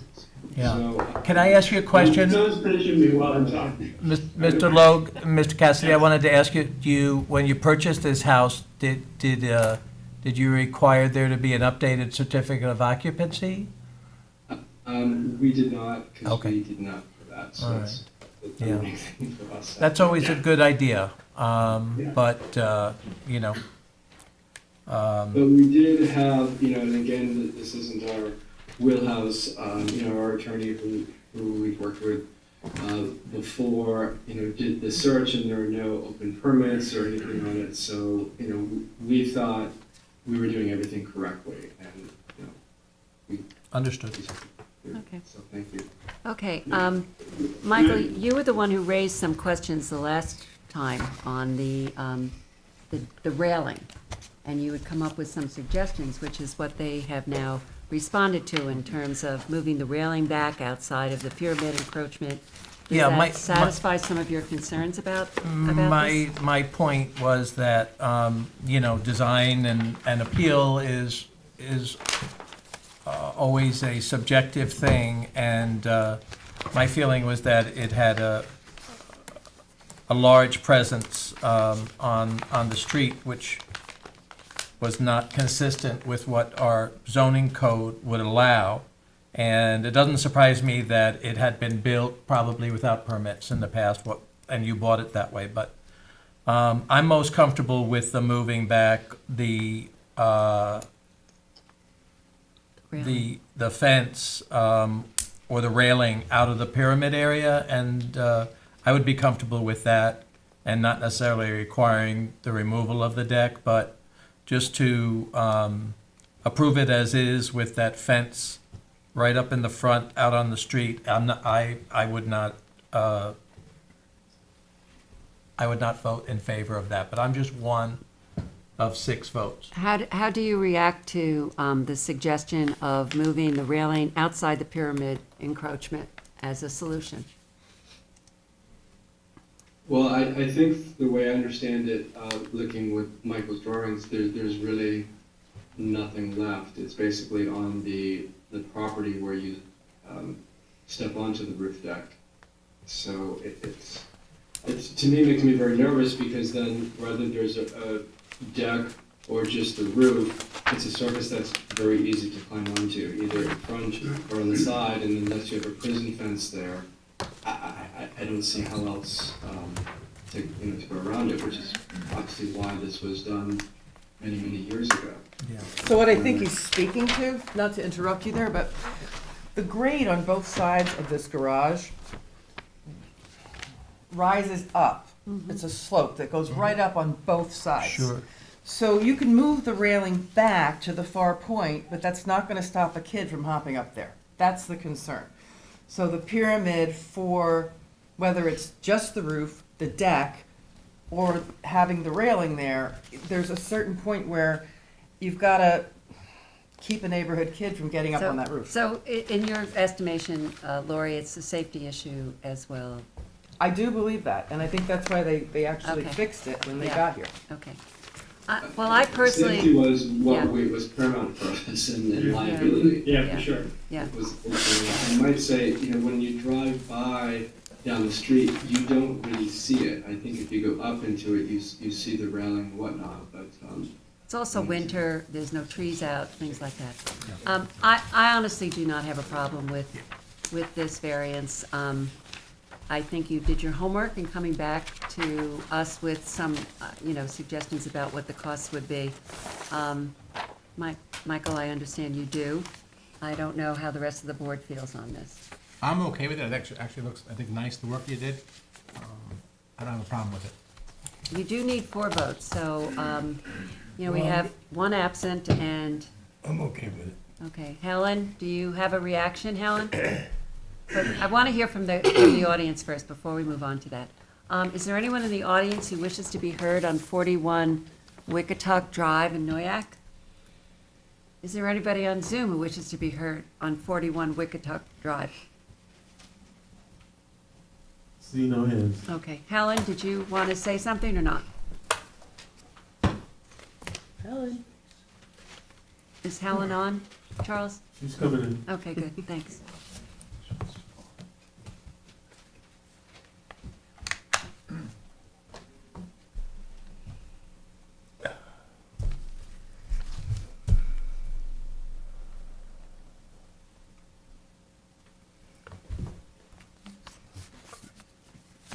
Yeah. Well, this is what happens, while we're waiting for Helen, this is what happens when people buy properties that don't have updated COs, and then the problems that they're purchasing become their problems, and then it becomes our problem. It's, word to the wise would be to get an updated CO before you purchase a property. Yeah. Could I just say one thing? When we were talking with the attorney, the C of O did have the garage on it, and I'll take full blame. To me, the garage had a roof deck and a railing, so to me that was approved. So I now understand that it wasn't, but and I think probably the I could see I attorney could might get too. misled by that, yeah. There's also the concept that this roof deck and railing are about 20 feet back from the right-of-way. Even though they're on the property line, they're not right on the road, so it's not towering over the street. It's cut out a little bit. There's a lot. Well, that's a subjective, Well, if they widen the road, then it would be a different that's a situation. subjective statement on it, because my feeling is they are towering over the street, and that's why I'm objecting to it. Right. But I'm one of 4, one of 5. Helen, did you have any comments on this application? Yes, I said before, I don't approve it. Okay, so, I'm a no on this. okay, so, one of our members is missing tonight. John? Can we hold it open for their opinion? What do you suggest, Katie? Sure, I mean, if they want to come back, yeah. Okay, I mean, it's worth it. Okay. It's Okay. worth it. They can watch this on Yes, of course. CTV and render an opinion at the next meeting. Or we could close it, except for written submissions, and allow John to view it, unless you want to make another unless pitch you for. want to come back Yeah. again. No, I think that we should, Come back well, he's again. gonna watch the hearing. He was here at the first one, right? First one, yes. He was. So then he just watches this continuance, and we'll see where he falls out. Okay, So yeah, I would say close it and leave it open for his review and, and then a decision. yeah. And to watch the tape and Mhm. to see the written submissions. Okay? Okay, You good with that, so, Katie? I don't care. It's up to the okay, applicant. so Michael, this is yours. Well, okay, we're going to close this hearing, leave it open for written submissions until February 2nd, and with the intent of a written a decision on February 15th. Thank you. Do I have a Thank you, second? everybody. Anybody have a second? Second. Mr. Thank you Dale, for your time. Thank you. Mr. Daly, Aye. Mr. Tuthill, Aye. Mr. Macedonio, Aye. Ms. Burgess, I chair votes aye. All right, Okay, thank you very much. Thank you. Thank you. Yeah, so this is a new adjourned application. You want me to read this too? No. Okay, item 7 on the agenda is Eric and Cornelia Thompson, 13 Aqua Drive in Shinnecock Hills, Suffolk County Tax Map 900-232-3-21. We had Put some this in submissions 535. from you. didn't we? And Yeah. we have some new I have some information, extra plans too, if you guys need that. Thank you. what you had okay, submitted to us earlier last week or something. okay. I've sworn you in. Have I sworn you in or not? No, you haven't. Oh, all right, okay. Are you an attorney? No, I'm not. Okay. Do you swear to tell the truth, the whole truth, and nothing but the truth? I do. Please state your name. Matt and- Ivins, office 38 High Street, Sag Harbor, New York, for the owner, Eric Thompson. Okay, so So tell I'll us give you a about. little, I'll give you a little rundown. Do you guys have surveys, enough surveys? Did you submit a new survey, or? Yeah, there should be a new survey in the mix. Last revised, what? November 13th? That's what I had. Yes. If you have them there, do you want to pass them out? Actually, I don't know if I have those. I have plans with me. Okay. I have the site plan. Let's see, survey. We have it in Oh, I our do have a submissions survey. that came this week, I think, yeah, I'm just getting to it. You know, hold on, I might have something for you guys. You know what, let me pass these out. Yeah, let me pass these out. I have 4 copies of this. Okay. Candace, you want a copy of this? Okay. You don't need one. Okay, I got it. It's personal. Do you need to stamp this? No. I don't know, I Candace need just said one. no. And whatever Candace says. All right. You know what, you guys, if you want, just give it back to me at the end. Kenneth says I don't need one for the back. Okay. Let me pass one to you guys. All right, let me give you a quick rundown. You have enough for everybody? I can give you 2 more if that works. Okay, so what we have here is it's gonna be a tear down rebuild of an existing 1-story house. The owner wants to reconstruct with a 2-story house, pretty much in the same footprint, possibly utilizing the existing foundation. Property contains 17,500 square feet. It's located in R15 zoning. The relief that we're requesting is a total of 1,470 cubic feet, but the way the house has been situated, we're gonna cut the baby in half. We're gonna have, we're requesting relief of 735 to the east, 735 to the west. Regarding character of the neighborhood, are there any impacts to that? We did a quick study. I mean, the neighborhood is a mix of differently sized dwellings and development scenarios. There's a large amount of examples of pre-existing non-conforming conditions, and there's examples of past variances granted by this board, which hopefully you guys should have a map in there showing the prior ZBA determinations. I have copies of that. So, Candace, I think that was part of the record. You but did don't wanna- get this. You did get You don't this. wanna I don't stamp need it. this. I don't need this. I have it. Okay. Oh, you didn't, okay. One for everyone? Yeah. Excellent. This just gives you an example, of the past regulatory history in the neighborhood with respect to zoning variances. It should also be noted that 17 of the properties along Aqua Drive, 14 of these properties have dwellings with more than 1 story, just to give you an idea of the character of the neighborhood. Regarding alternative approaches, the dwelling is situated in a position where any expansion upwards to a 2nd story, that's gonna require some kind of relief from pyramid. The architects had thought about maybe expanding it to the south, but due to the topography in the rear, that just was impractical. Expansion towards the street, they could possibly go out a little bit more to meet the front yard setback, but again, topography is complicating things. There's a bit of a slope there. Plus, we're gonna try to put an IA outs sanitary system up front, so that would complicate things. Regarding whether the variance is substantial, we don't believe so.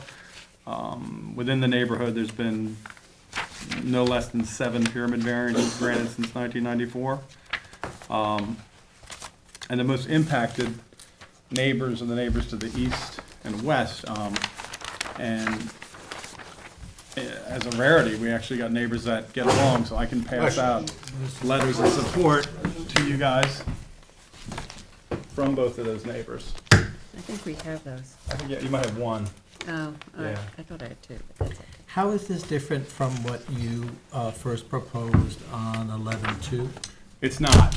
We just had to do some clarifications to the plans with Marge. So it's an identical project. Okay, it seems like it for what was Yeah. originally submitted. And then just regarding any kind of physical or environmental condition, any kind of impact, with the implementation of this project, we're gonna put in proper stormwater management. And again, we're gonna be putting an IA system in to replace the old septic system. So that's about it. And the height is 27 Height is feet? 27.5? Yeah.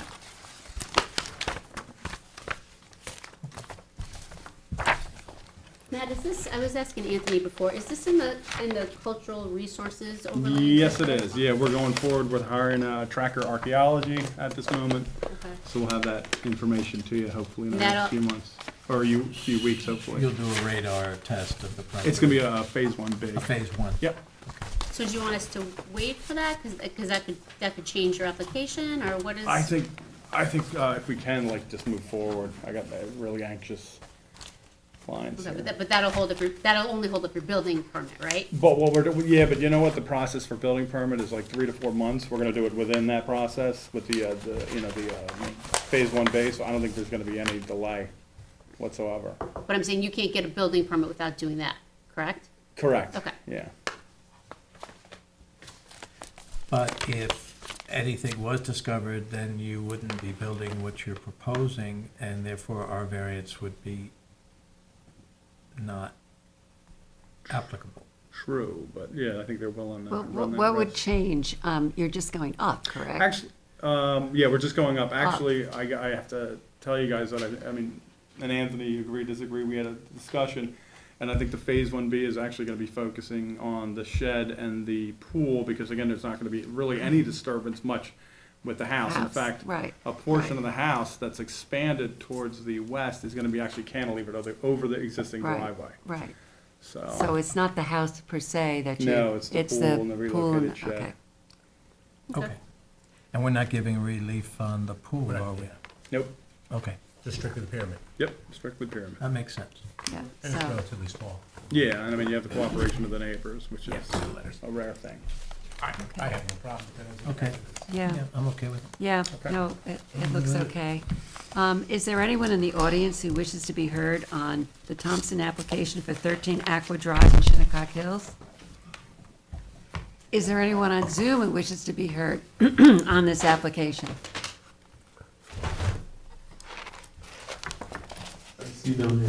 Okay. All right, so who's this? That's John. John, so, You all wanna- right, go ahead, Bob, you Okay, do so it. We will close the meeting, hold it open for written submissions till February 2nd with a decision on 2/15. Second? Mr. Macedonio? Aye. Mr. Daly? Aye. Mr. Tuthill? Aye. Miss Burgess? Aye. Chair votes aye. Okay, sounds good. All right, I appreciate it.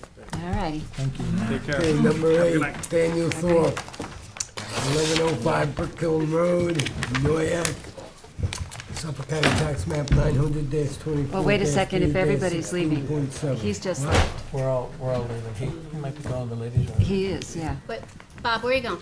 Men's room.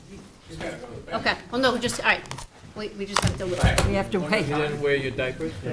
No, go ahead, but we have to Here's wait. the key question. Can Mackenzie outfish you? It's okay, Yep, I'm recused from this.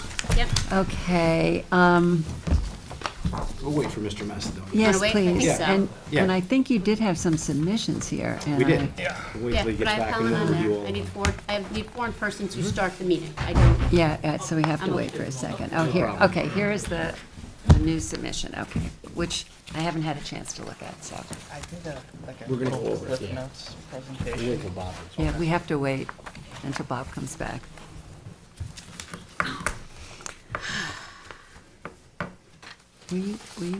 You weren't sworn in on this before. I private mean, attorney. I didn't mean swearing in. No, but I would, this is the first time I'm hearing. it. Yes, okay, your first appearance, yes, so you should need to state your name. Okay. All right.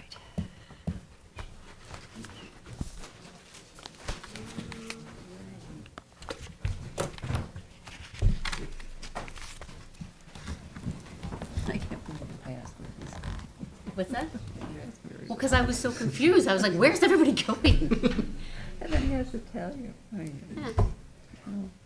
I'm trying to keep in order here. I know. Guys had a good trip, right? Wasn't a great trip, but It wasn't? no. Too bad, sorry about that. Yeah, wound up a little sick on the trip, so. Key West has a great hospital, though, I'll tell you that. Oh, my God. New Orleans? Did you go Key to West. Memorial? Oh, where? Key West? Oh, Key We're down in West, yeah. Marathon, I thought yeah. you said New Orleans, I was gonna say, I wouldn't go to Memorial. No. 9 days of Memorial. Sorry, Bob. We just had a recusal and then I was without people. Sick in No, the I said, hospital sorry. for like 5 days. No. You? I didn't, Yeah. I thought you were recusing as well. She's the real teacher. Then I Drink too worried. much or No, what? I wish I could. Okay, we're back on track here. Didn't get there. You lost Michael. We've got, No, Mike's recused. That's why I was worried. he's recused.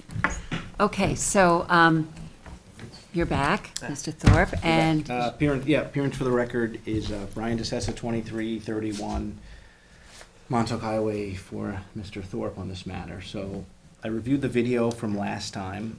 We've made some changes from last time. So notably, a few things of housekeeping first. okay. I believe Mr. Leonard asked about the demolition of the existing second floor of the accessory apartment as a consideration for the addition on the first floor.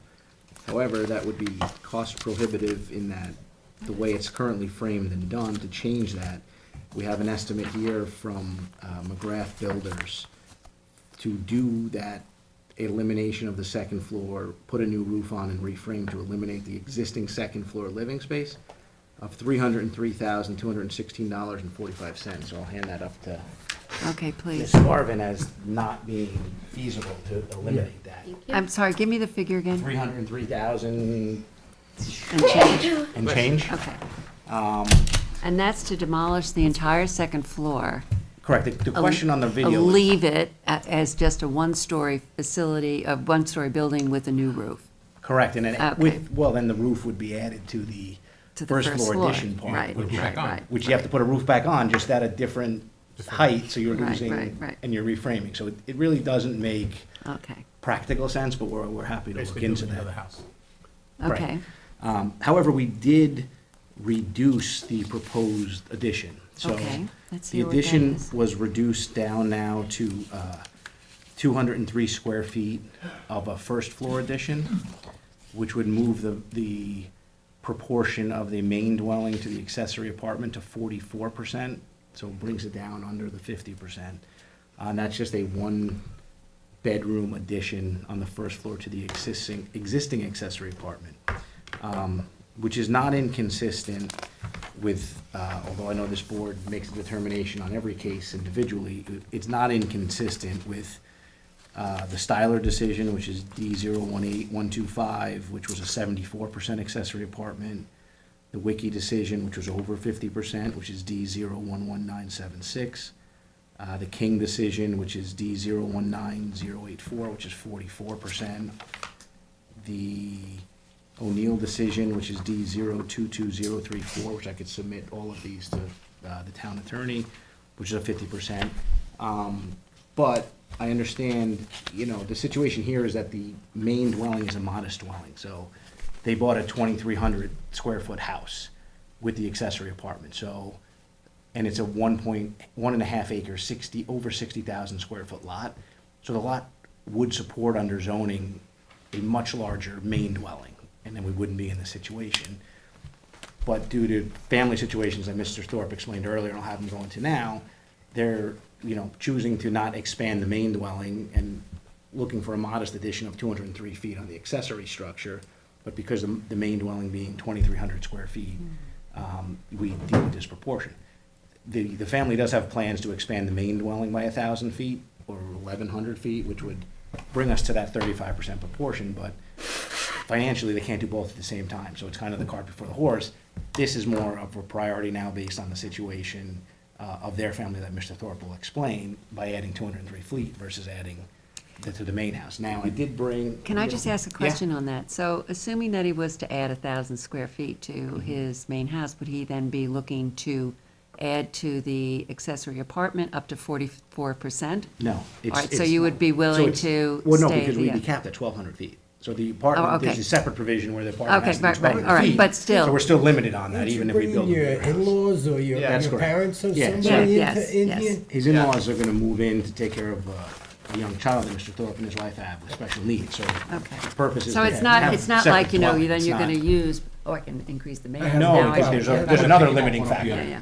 Okay, let's And there's hear another- what but- your, but we do your, have one other thing here first. Okay. So we did ask Mr. Thorpe today to take pictures, just so the board is aware. Oh, good.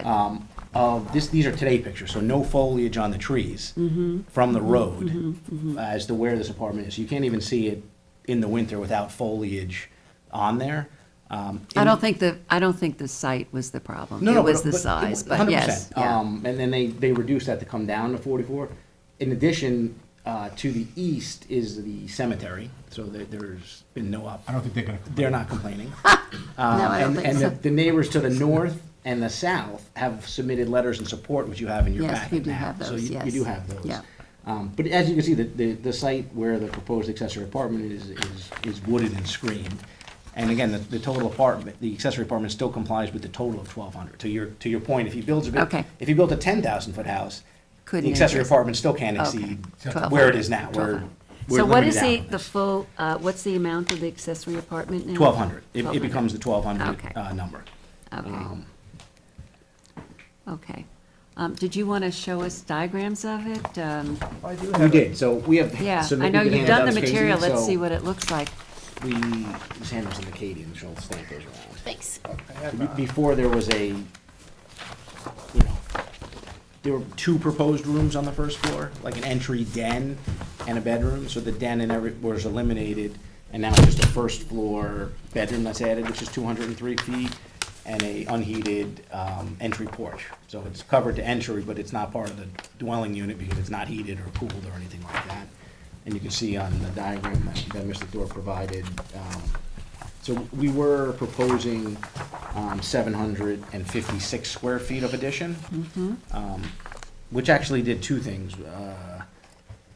One, it brought the percentage up higher, and we had the board's concern on that. And 2, after I reviewed the application, it actually exceeded what could have been there. So you couldn't have granted it anyway. So now we're more compliant because that was not there the first time in terms of 1,200 feet. So now we're at both of those, so. Okay, so now okay. Yeah.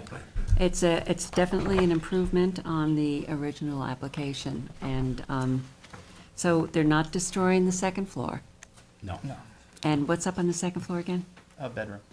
So there'll be 2 bedrooms? Which is still compliant with the accessory apartment. of Okay, two bedrooms. we meet the 1,200 square foot for accessory apartments. Correct. It's at 44% of the main building being a modest 2,300 home, feet. 2,300 feet On an acre and a half. on an Which is acre and a gonna get half. eventually expanded. And At it's, some and point, it's, yeah. it's sheltered and vegetated and everything I else. have no problem with I'm this. okay with it. Helen, do you want to comment on this? I have no problem with it. Neither do I. Okay, sounds good. So, this is, I'll move to close. okay, Keith, this is yours. Okay. I'm aware of that. I'll move to close. Leave it open for written subs to February 2nd with a determination on February 15th. There's nobody here. Do we ask that? Second. Huh? Do we ask if anybody's here? What is the question? Oh, I'm sorry. She is. Oh, I keep forgetting. I'm sorry, is there anyone in the audience who wishes to be heard on this application?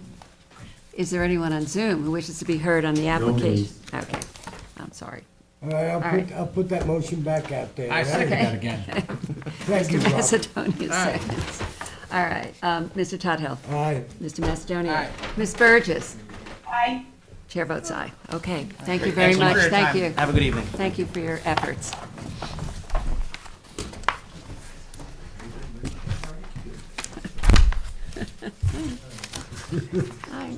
Somebody's got to be on me.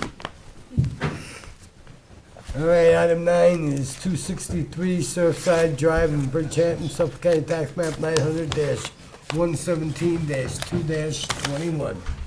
And the other one with the 2? Yeah, we're doing both. Get it going? Yes, please. All right. Yeah, we did both the last time. Yeah, we did that last time, right? Yep. And then we're gonna toss in 10, which is 249 Surfside Drive in Bridgehampton, Suffolk County Tax Map 900-117-2-20. Okay, we've sworn you both in. Just please state your name and addresses again. Timothy S. McCully of Council of the Burke and Sullivan, 41 Meeting House Lane, Southampton. Chris Coy, Barnes Coy Architects, 1936 Montauk Highway, Bridgehampton. Okay. All right, so where did we leave this? So where we left this was, I think there were 2 comments. One was, Mr. Leonard had made a comment about it being a workaround, the code, which I think is what you do here. But in any event, that was one thing. And I also understand that Sean McDermott gave you a letter. Is that a part of the file? It's Yes. become a part of the file, yes. Okay. And I gave it to. I have it. Okay, yeah. Yep. We just got it today, because that Yes, was just I a know. response to probably the workaround questions from the board. Right. We wanted clarification, and he I gave it. figured that, that's Yes, fine. no, he gave That's it, fine. yeah. So basically, and then, Madam Chairman, you had mentioned about the size of the house. So I've done a memorandum which addresses a lot of issues. But one of the issues that I addressed, I went through every house on this side of the Yeah, road. right. And I went through the GIS, a lot of the houses were built and then added to 3 or 4 times. Sure, mhm. So, based on that, I tried to make an estimate of what each house showed. I'll give myself a B+ to a B- on my research on that. I don't wanna come before this board and say that it's perfectly accurate. Okay. But it's pretty much within the range. And the 2 houses that are here, they're not gonna change. The 2 houses are there, and I think they're kind of like in the medium of what's on that block. You can agree or disagree, but when I look at all the sizes and the permits that were issued there, and when I look at the aerials, which again are part of the memo, I think that, they're well within what's reasonable for this area. Okay. I don't know if you agree or you disagree. Well, I haven't done the research, but I'll Well, take I'll the show B- it to to you, B+. and if you want to go back and do what I did, that's fine. They're big houses on that street, All there's right. no question. Anyway, I had this memo, which basically outlines the relief we need. Okay. And sort of summarizes my testimony from December 7th. Okay. And then adds a couple of things. It addresses your prior decision in 2004 on a similar issue. I showed you the aerial. Yes, we did I- ask for that, yeah. Okay, I Yeah. show you the aerial of that, so you can see how that was done and crosses the property lines. And even though last time I gave you a copy of that decision, I incorporated it in here, so if you're reading this, you have everything. Okay, all in Sounds one good. package, so it's not see. all over the place. How many copies do you want of this? I I have 10. I need 2, because I want to put one in each flap. You need what, how many? 6 altogether. I have 10. Okay. I'm sorry? We need 1 for file, you have 6 board members. plus I have town 11. attorney, And your other files. I have 11. Perfect. No, I don't have Plus any, 5. but you have 11. You can have Do you want mine. me You to? can have one. Do you You want can me have to? one, I'll make one for Katie. That's Do you fine. want me to digitally send this to your email? No? No, Okay. thank you. But, no, Tim, keep one, I'll make a copy for Katie. That's all right, I have another one. Okay. Okay, so then we did Killing the discuss. forest, Yeah, I killing the know. forest. We did discuss a declaration or a covenant. Yes, I put that in the memo, Okay, that one that was used in 2004. And I've made a representation to the board that we would agree to enter into a covenant satisfactory to your council, that if we ever sold off one of the lots, this thing has to come down. and the original side yard setbacks were in place. Yes. Yes, I mean, that would be Nothing on the assumed. house is That would be changing assumed. here. Right, right, Okay? okay, The bulk of the house will remain the same. okay. How about that? I'm sorry? When she was looking for the file, I told her I had it. Oh. I was looking for it. Okay. And then just one other thing I want to point out. After the advertising was done at 263 Surfside, we originally calculated it at 3,109.77 feet. But Art Gearhauser came back to us and said, don't do it that way, do it from what you would be entitled to today, even though the house is staying down. So we recalculated that and submitted that, and it's 2,496.48. And that's also in my memo. Cubic feet, what are you talking about? Cubic feet, I'm Cubic sorry. feet, yeah, Pyramid okay. relief for the. Oh, okay, that's what I was That's just, the pyramid relief. okay, all Less right, than yeah, I it was was. confused when you were trying to say, yeah, I'm okay. sorry. No, that's okay. All right, so let me just summarize what you want here. You want a clarification on the cubic feet, the pyramid relief, correct? Is a new figure? on the pyramid relief for That was this? done last time, yeah. At December Yeah, 7th. it's on the, we It's on gave the you a plan. separate plan Okay, showing that. Okay, okay. So you have that, I put it in my memo. So basically, the variances are for zero lot line at 249 Surfside, zero lot line, where 15 feet is required. Uh-huh. Total side yard at 20 feet, where 35 feet is required. Pyramid relief at 2,337.94 cubic feet. For 249. And on the 263 Surfside, zero lot line on the west side for the breezeway of 15 feet is, to zero, where 15 feet is required. Total side yard of 18.4 feet. It's all in the advertising, that's right. Okay. Except for that pyramid on the other one. Okay, And now, when we reduce the total side yard, that's a function of going to zero on one side. Sure. But we're not changing our setbacks to any of the neighbors. right. It's only right. that It's the interior internal. that It's the internal. then becomes a Physically, the function. walls are not moving. Right, The house right, walls are not right, moving. right. So they're still, if you didn't So- have this, they would still have the setbacks. Yes, they would. The setbacks for the houses are all in place, and they're not moving, Okay, except for that breezeway. all And that's right, the application. okay. Any other questions from the board? Is there anyone in the audience who wishes to be heard on 249, and the other one is 260. 263 Surfside Drive? Is there anyone on Zoom who wishes to be heard on these applications? Okay. Keith, this is yours. How does the board feel about this application with those I'm- conditions? I'm feeling good. I'm okay with it with the covenant. Yeah, the covenant. covenant- Fine. yeah, that that's absolutely. fine. I'm okay with that. Yeah. That's my sense. One more. Oh, I got one. Is there any other comments from the board? No. Okay. I'll move to close written submissions by 2/2 with a determination on 2/15. Second? Mr. Tuthill. Aye. Mr. Daly. Aye. Mr. Macedonio. Ms. Burgess. I, Chair votes aye. Okay. Okay, Thank you for very your much. and time. Thank you for your information. Thanks. Have a nice evening. You too. You too.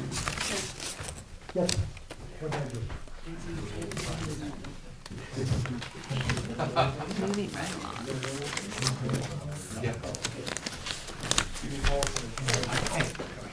Item 11 is 2266 Montauk LLC, 2252 Montauk Highway in Bridgehampton, Suffolk County Tax Map 900-69-2-17.7. Good evening. Hello. Good evening. Michael Solemski of Counsel to the Benincasa Group, 860 Montauk Highway, Watermill, New York. I'm joined by the architect, Sean Leonard. I think we've sworn you in. Yes. Okay. Still gonna come through. So I think I have some good news to, well, I have some bad news to report. Unfortunately, Carl couldn't be here tonight because he's very much under the weather. Hold on, who's got this? Do I have this file, Candace? Who's got this file? This is Adam. So do you want to send it? Candace has it? Okay. I don't know who has it. Katie. You have it. Okay. Candace has it. Okay. All right, so the bad news is? Bad news is Carl's Carl's sick. sick. The good news is we've made some changes to the plan, which were reviewed by planning. Planning issued a neg deck January 11th. They adopted a neg deck for the project. A And it- negative declaration for those who are listening. Yes. And in furtherance of that, in their review of the plan, they reviewed once again the cross-access between this and between this parcel and the neighboring parcel directly to the east. And in reviewing that cross-access, they were able to show that we were entitled to entitled to additional parking as a result of that cross-access. So thereby, we were able to eliminate the 7 parking spots that were of contention On the northern part of the border. So if you see the plans that have been passed around, those seven parking spots have now been removed from the plan. We still meet the parking requirements. In fact, we provide one extra parking spot.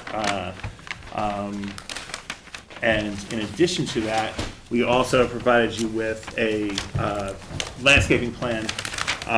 Its last date of revision was of today. And as part of that landscaping plan, we have provided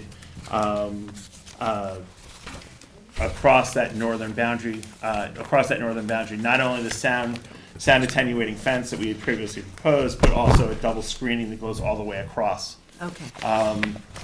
As a result of those changes, we have been in contact with counsel for those neighbors. They are here tonight. They'll speak about how those changes have impacted their position on the application. With that being said, I think we're at the stage where this application is can be closed. We're more than welcome to take any questions or comments the board has, and I know that there's counsel here in the audience to speak on these issues. But I would just remind the board that we're seeking the variances. The variances 27 and 27 feet from Montauk Highway in the front building. The internal 12-foot setback between the property to the west. The two front yards to Butter Lane at 26 feet where 30 is required. And on the north side, we are at 31.6 feet where 50 feet is required. Okay, so let's go through those a little bit more Sure. slowly so I can just get them down. Okay, so 27, you're asking for 27 feet from Montauk Highway, Yes. and what's required? For building A and building B, it's 30 feet is 30, required. The 30 is required. For building A and B. Okay. Okay, and then, what were the two internal setbacks? What were those again? So an internal setback between the property to the west, it's 15 feet is required, and we're at 12 feet. Okay, so that's between the property next door and your property. Yes. So it's, what was it? It was, 15 feet is required, and we're at 12 feet. okay. Okay, And then there's from building A and the residence, both are at 26 feet from Butter Lane, where 30 feet is required. okay. For the residence and the building, Yeah. okay? And then in the most northerly section, 50 feet is required, and we're at 31.6. And that's the area where we've removed those parking spots. And you've put in a pretty reasonable vegetation and fencing. I think it's even more than reasonable. It's a sound attenuating fence and a double tree line.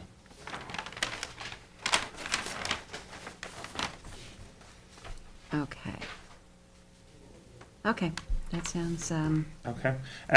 Of course, I don't need to remind this board has granted previous variance relief on this property for a different conformance, that those variances far exceed the variances that we're asking for to this plan. right.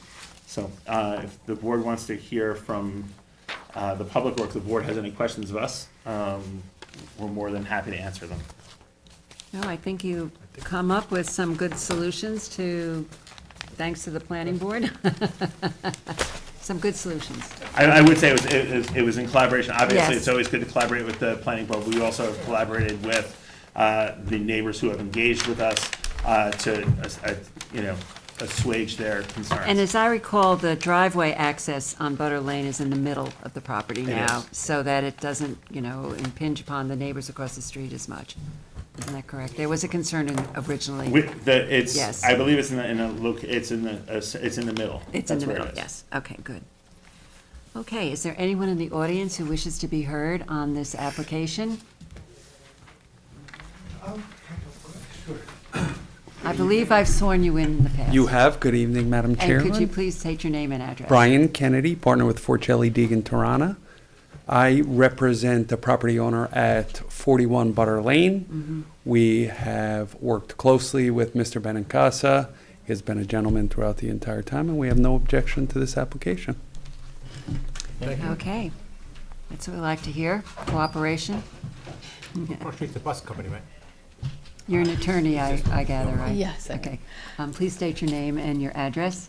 Good evening. My name is Allison Sclafani on behalf of Weber Law Group at 290 Broad Hollow Road in Melville. We represent Jason Levine, who is the next neighbor at 48 Butter Lane. Yeah. Is that better? Now, I can you hear me now? guess. Yeah. Okay.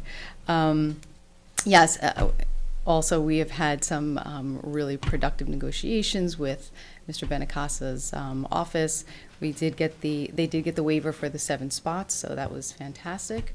There is now a reasonable buffer. We were very, very happy to see the not only the fence, but the 2 rows of trees.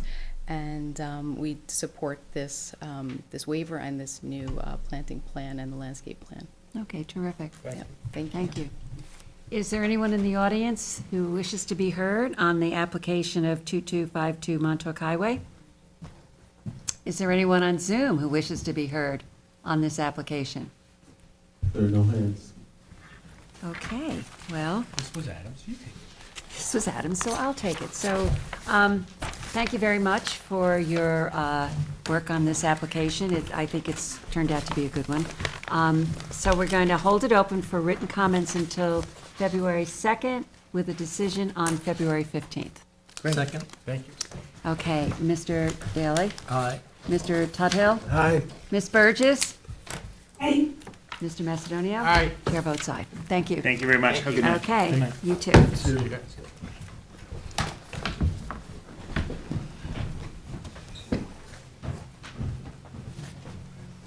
Okay, good. Item 12 on the agenda is Town of Southampton Housing Authority, 140 Maple Avenue in Flanders. Suffolk County Tax Map 900-145-2-54. Helen? I'm going to recuse myself. Thank you. Okay, Helen is on the Housing Authority Board, so that's why she's recusing herself. On, excuse me, on the mapping, would this be 140 Maple Avenue or 140 Maple Avenue South on, 140 Maple Avenue. okay, not south. Okay, I know I've sworn you in, but could you just state your name and address again for the record? Curtis Highsmith, 2 Ridge Road, Southampton, New York. There also should be our He's coming in. Ryan? Yes, our architect Ryan. Last meeting, there were a number of questions, of which a lot of them I was not qualified to respond or answer to, so I wanted to make sure our architect was here. We did submit new plans that transitioned the accessory apartment from a 1-bedroom to a studio, and also showed the calculations for, I believe the questions had to do with habitable living space. So Ryan is here to respond to some of the open questions that we had at the last hearing. Okay, let's see what those questions were. Give me a second here. We were talking about the relationship between, the percentage between the principal building and the accessory. So could you give us what the percentage is now? You want to swear me in first, since I haven't been part of this? Oh, I'm sorry. Maybe you're a familiar face, that's why okay. Do you promise to tell the truth, the whole truth, and nothing but the truth? I do. Okay, state your name and address, please. Ryan Kestner, architect, 509 County Road 39, Southampton. Okay, I'm sorry, Ryan. Okay. So I watched the video at the previous hearing, and the most confusing point by far was the ratio of the apartment to the building. The original ratio was 308 to 620, which put us at 49.7%. The board then turned around and asked us to see if we could put this into a studio, which we did. The ratio now is 223 to 620, or 35.97%, which shows a reduction of 15%. We cannot go any lower than that. It's impossible. Because even at a studio apartment, this is extremely tight. It is. And people still gotta live somehow too, so I hope that's taken into consideration here. 223 feet? 223 square feet, correct? Yeah, that's really small. It's tiny. Yeah. It's a studio apartment. All right, so It's a- you're at, It's a studio, it can't ever be Right. anything else. You Right, can't even, Could put a wall up. you know, I mean, you got one closet in the whole place, which is gonna be for linens, coats, you know, underwear. Where else are you gonna find Is that there? gonna serve your, I think it's tight. I do It's believe I do believe it's tight. That's the part of the reason why we designed the original design the way we did. Even that was a little tight, but it was more conforming to a single work person or individual to be able to be comfortable. Right. Also, if he or she were to entertain individuals in their unit, they still had a division of privacy. So there would be a living area and there would be a bedroom area. So that was the preferred design. We did this to demonstrate what the shift or change would be. It is a tight unit. what, And I have I would a, also add to that, you know, especially when you're dealing with affordable housing, you know, these people need to, they're here to help the town function and the people function, and they're the ones that are, you know, working the shops and all this other good stuff. But if people walk into these and they're too small, they're gonna walk away, and you're not gonna have that person come in, plain and simple. You know, certainly, nobody here with, you know, with a kid or anything like that's gonna be very comfortable, it's gonna be very difficult, so the person that's gonna be involved in this is most likely a single person, younger stature, I would imagine, or maybe older. I mean, it could be kind of cool living in the studio, I guess, at this age. But, you know, that's something that certainly needs to be considered, you know, it's workforce housing, yes. But it's not like we're designing anything that's over the top, we're designing stuff that's very reasonable. And I think the ratio. In mind the people that are maybe occupying this down the road, and, you know, we wanna make them comfortable, so they wanna be in the village or in town or work in the Hamptons. And the ratio comparison really wasn't fair considering that the house is small too. House was a modest style, modest.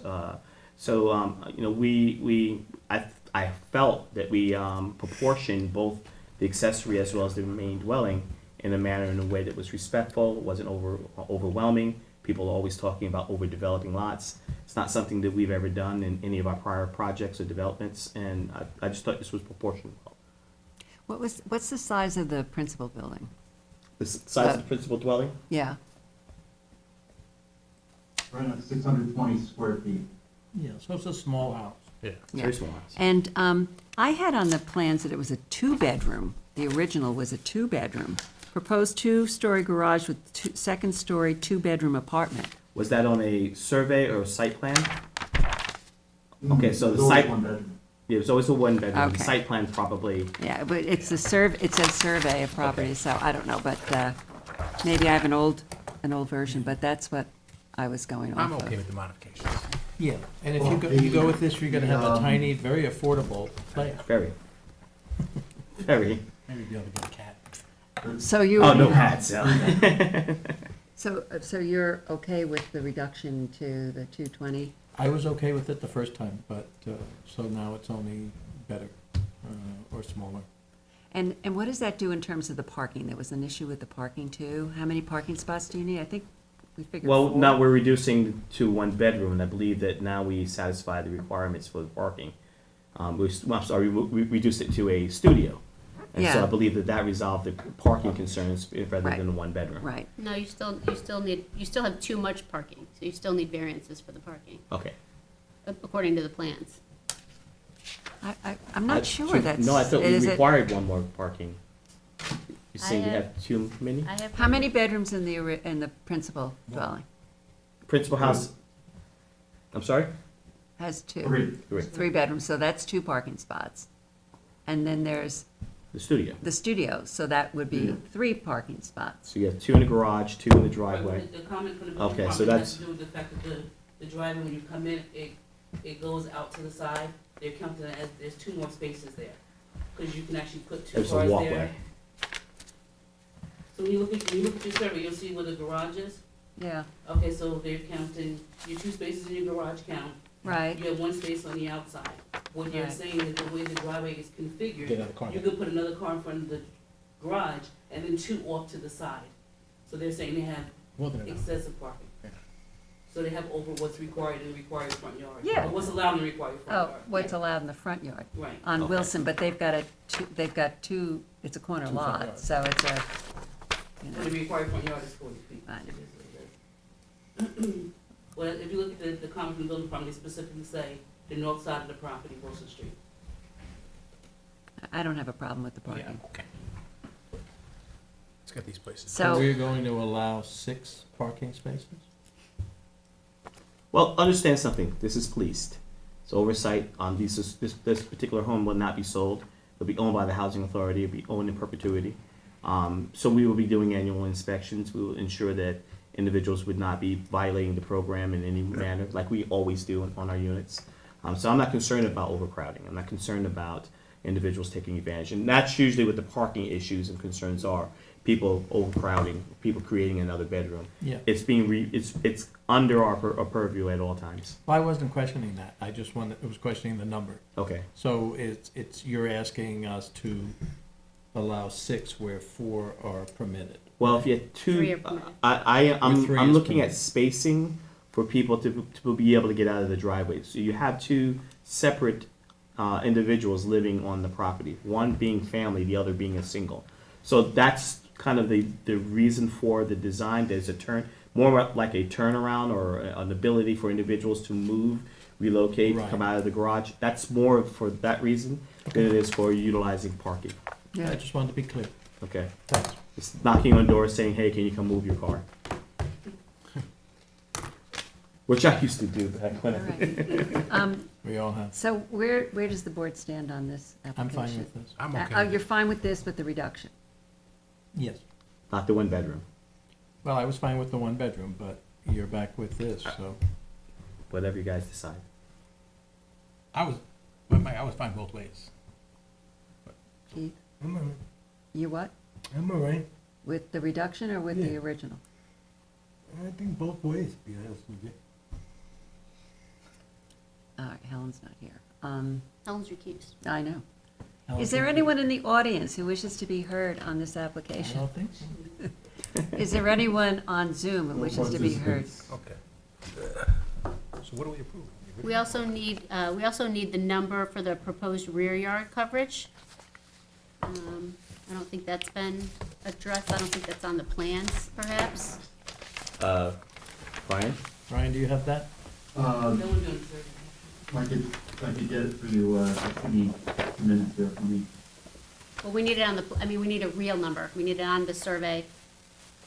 And Oh, we- yeah, the surveyor can take care of that, absolutely. What, so the rear yard setback to the main dwelling?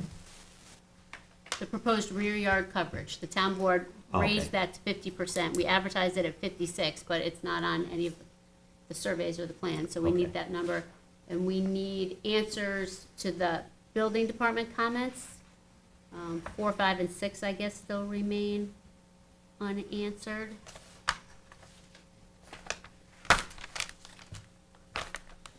Looks like that's probably survey stuff too. I believe the survey questions were resolved. I recall receiving that from the building department and submitting it to our surveyor, and he made the corrections. So,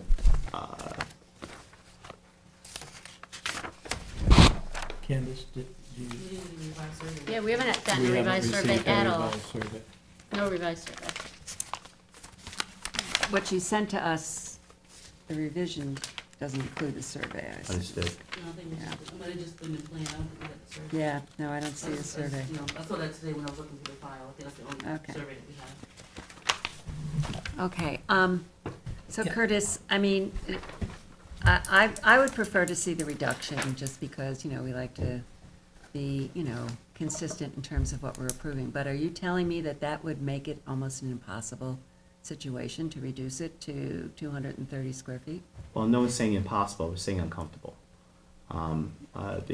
Having a 200 plus square foot dwelling for a person just starting, just beginning, just establishing their own sense of independence, because this is probably going to be the first time anyone's been on their own. They have, I know when I moved away from college, I had more stuff than they could fit in a dorm room than I should have. It's going to be very difficult because we don't have, that person doesn't have a basement anywhere, that person doesn't have other forms of storage anywhere, so their unit is going to be where they have the majority of their spacing. I know sometimes, I know how my son is. I like to leave his door closed because he doesn't make his bed and his stuff and clothes are all over the place. It's a sense of independence, but it's also a sense of privacy, being able to feel like you fit into a dwelling that works. We at Sandy Hollow and Spionk, those units, those specific units that we have for our complexes, even those units are over 300 square feet each. So it matters. How much was the one bedroom? The square What was footage? the one bedroom? The one bedroom was 308 square feet. What I want to put in perspective, ladies and gentlemen, is basically the table you're sitting at, back to where Curtis is sitting, that chair, that's just about the size of this studio. That includes the kitchen and a place to sit. That's how big it is. If just to give you my real quick plan, Yeah, I mean, it's only just 10 feet when you're wide. dealing It's not even 10 with, feet this is wide. really a philosophical thing for the town, but when we're dealing with affordable housing and workforce housing, I will say it on the record, I've said it before, the only way you get to address the issue with to address that at all, is through density. Yes. And through density, it is the only way to address affordable housing, i.e. you have to allow for and account for additional density beyond what makes a lot of people comfortable sometimes. That's just the reality of it. If you want to get affordable housing, you've got to have a housing stock that can compete with a market rate, which they build faster and quicker and sell quicker and everything. So the reality is, and this is what planners have been trying to push for years, is if you want to address affordable housing, and you watch this room get filled up with concerned citizens, with this, that, and the other thing, they don't like the density. But density and some additional density, i.e. a larger apartment, I'm not comfortable with the 200 and something square feet, I'm going to be honest with you. Small. It's small, it doesn't address an issue as far as I'm I concerned. wouldn't say 308 is huge. It's not, but it's better than something, but it is this planner's, this planner's opinion that consideration on additional density is vital to getting any workforce housing. That's just my opinion. Okay, so. And also, if I could yeah. say, if I could remember what I was going to say, I would say it. I have moments like that. I'm so glad to hear So, that you. answering the question with Oh. regards to the survey, is that something during the 10-day period? Can we do as conditional? Yeah, you can do everything with written subs, but you just, you gotta address them, and then it also looks like everything that we have shows a two-bedroom apartment. I'll make sure Yes. that's Yeah, eliminated. that was definitely on the. You want to plans. change that. Oh, what I remember what I was going to say, and that is that there are many municipalities that don't allow any apartments under 300 square Yeah. feet. That's correct. Sag Harbor didn't allow anything under 500 square feet until recently, and they changed it to 275 because they feel that that's humane, or a standard that they'd like to stick by. So I would much prefer to see your original 308 square foot apartment, and I believe that it's a small house that has an apartment that's about half the size of it, and I would support that and not just one. I agree. I would rather.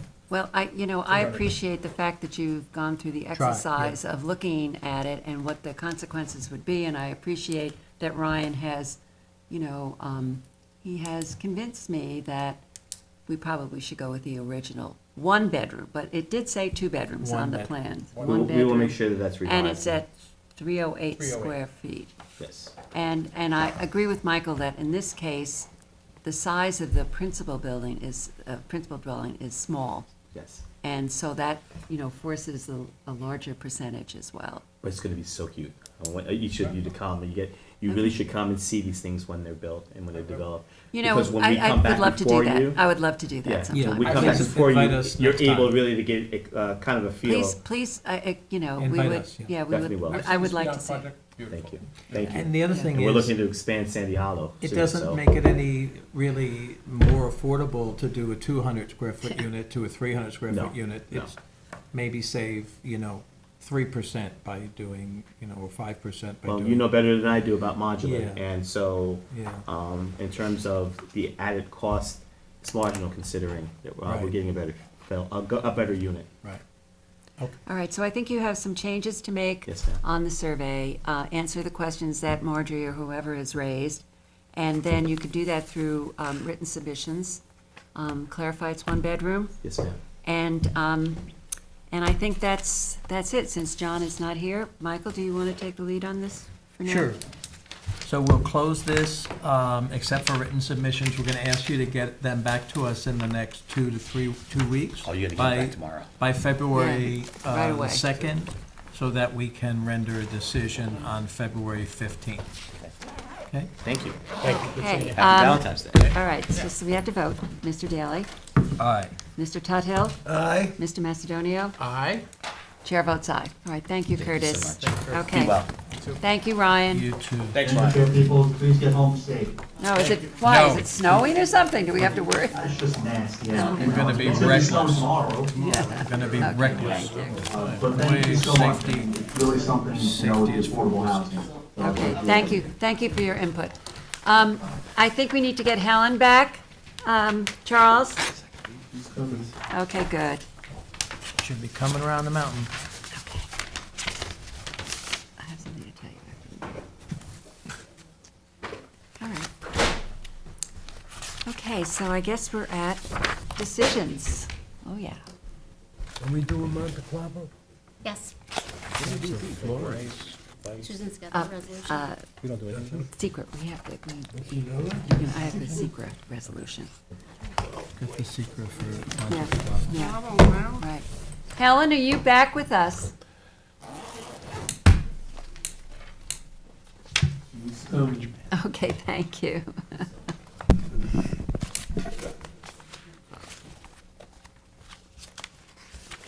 All right.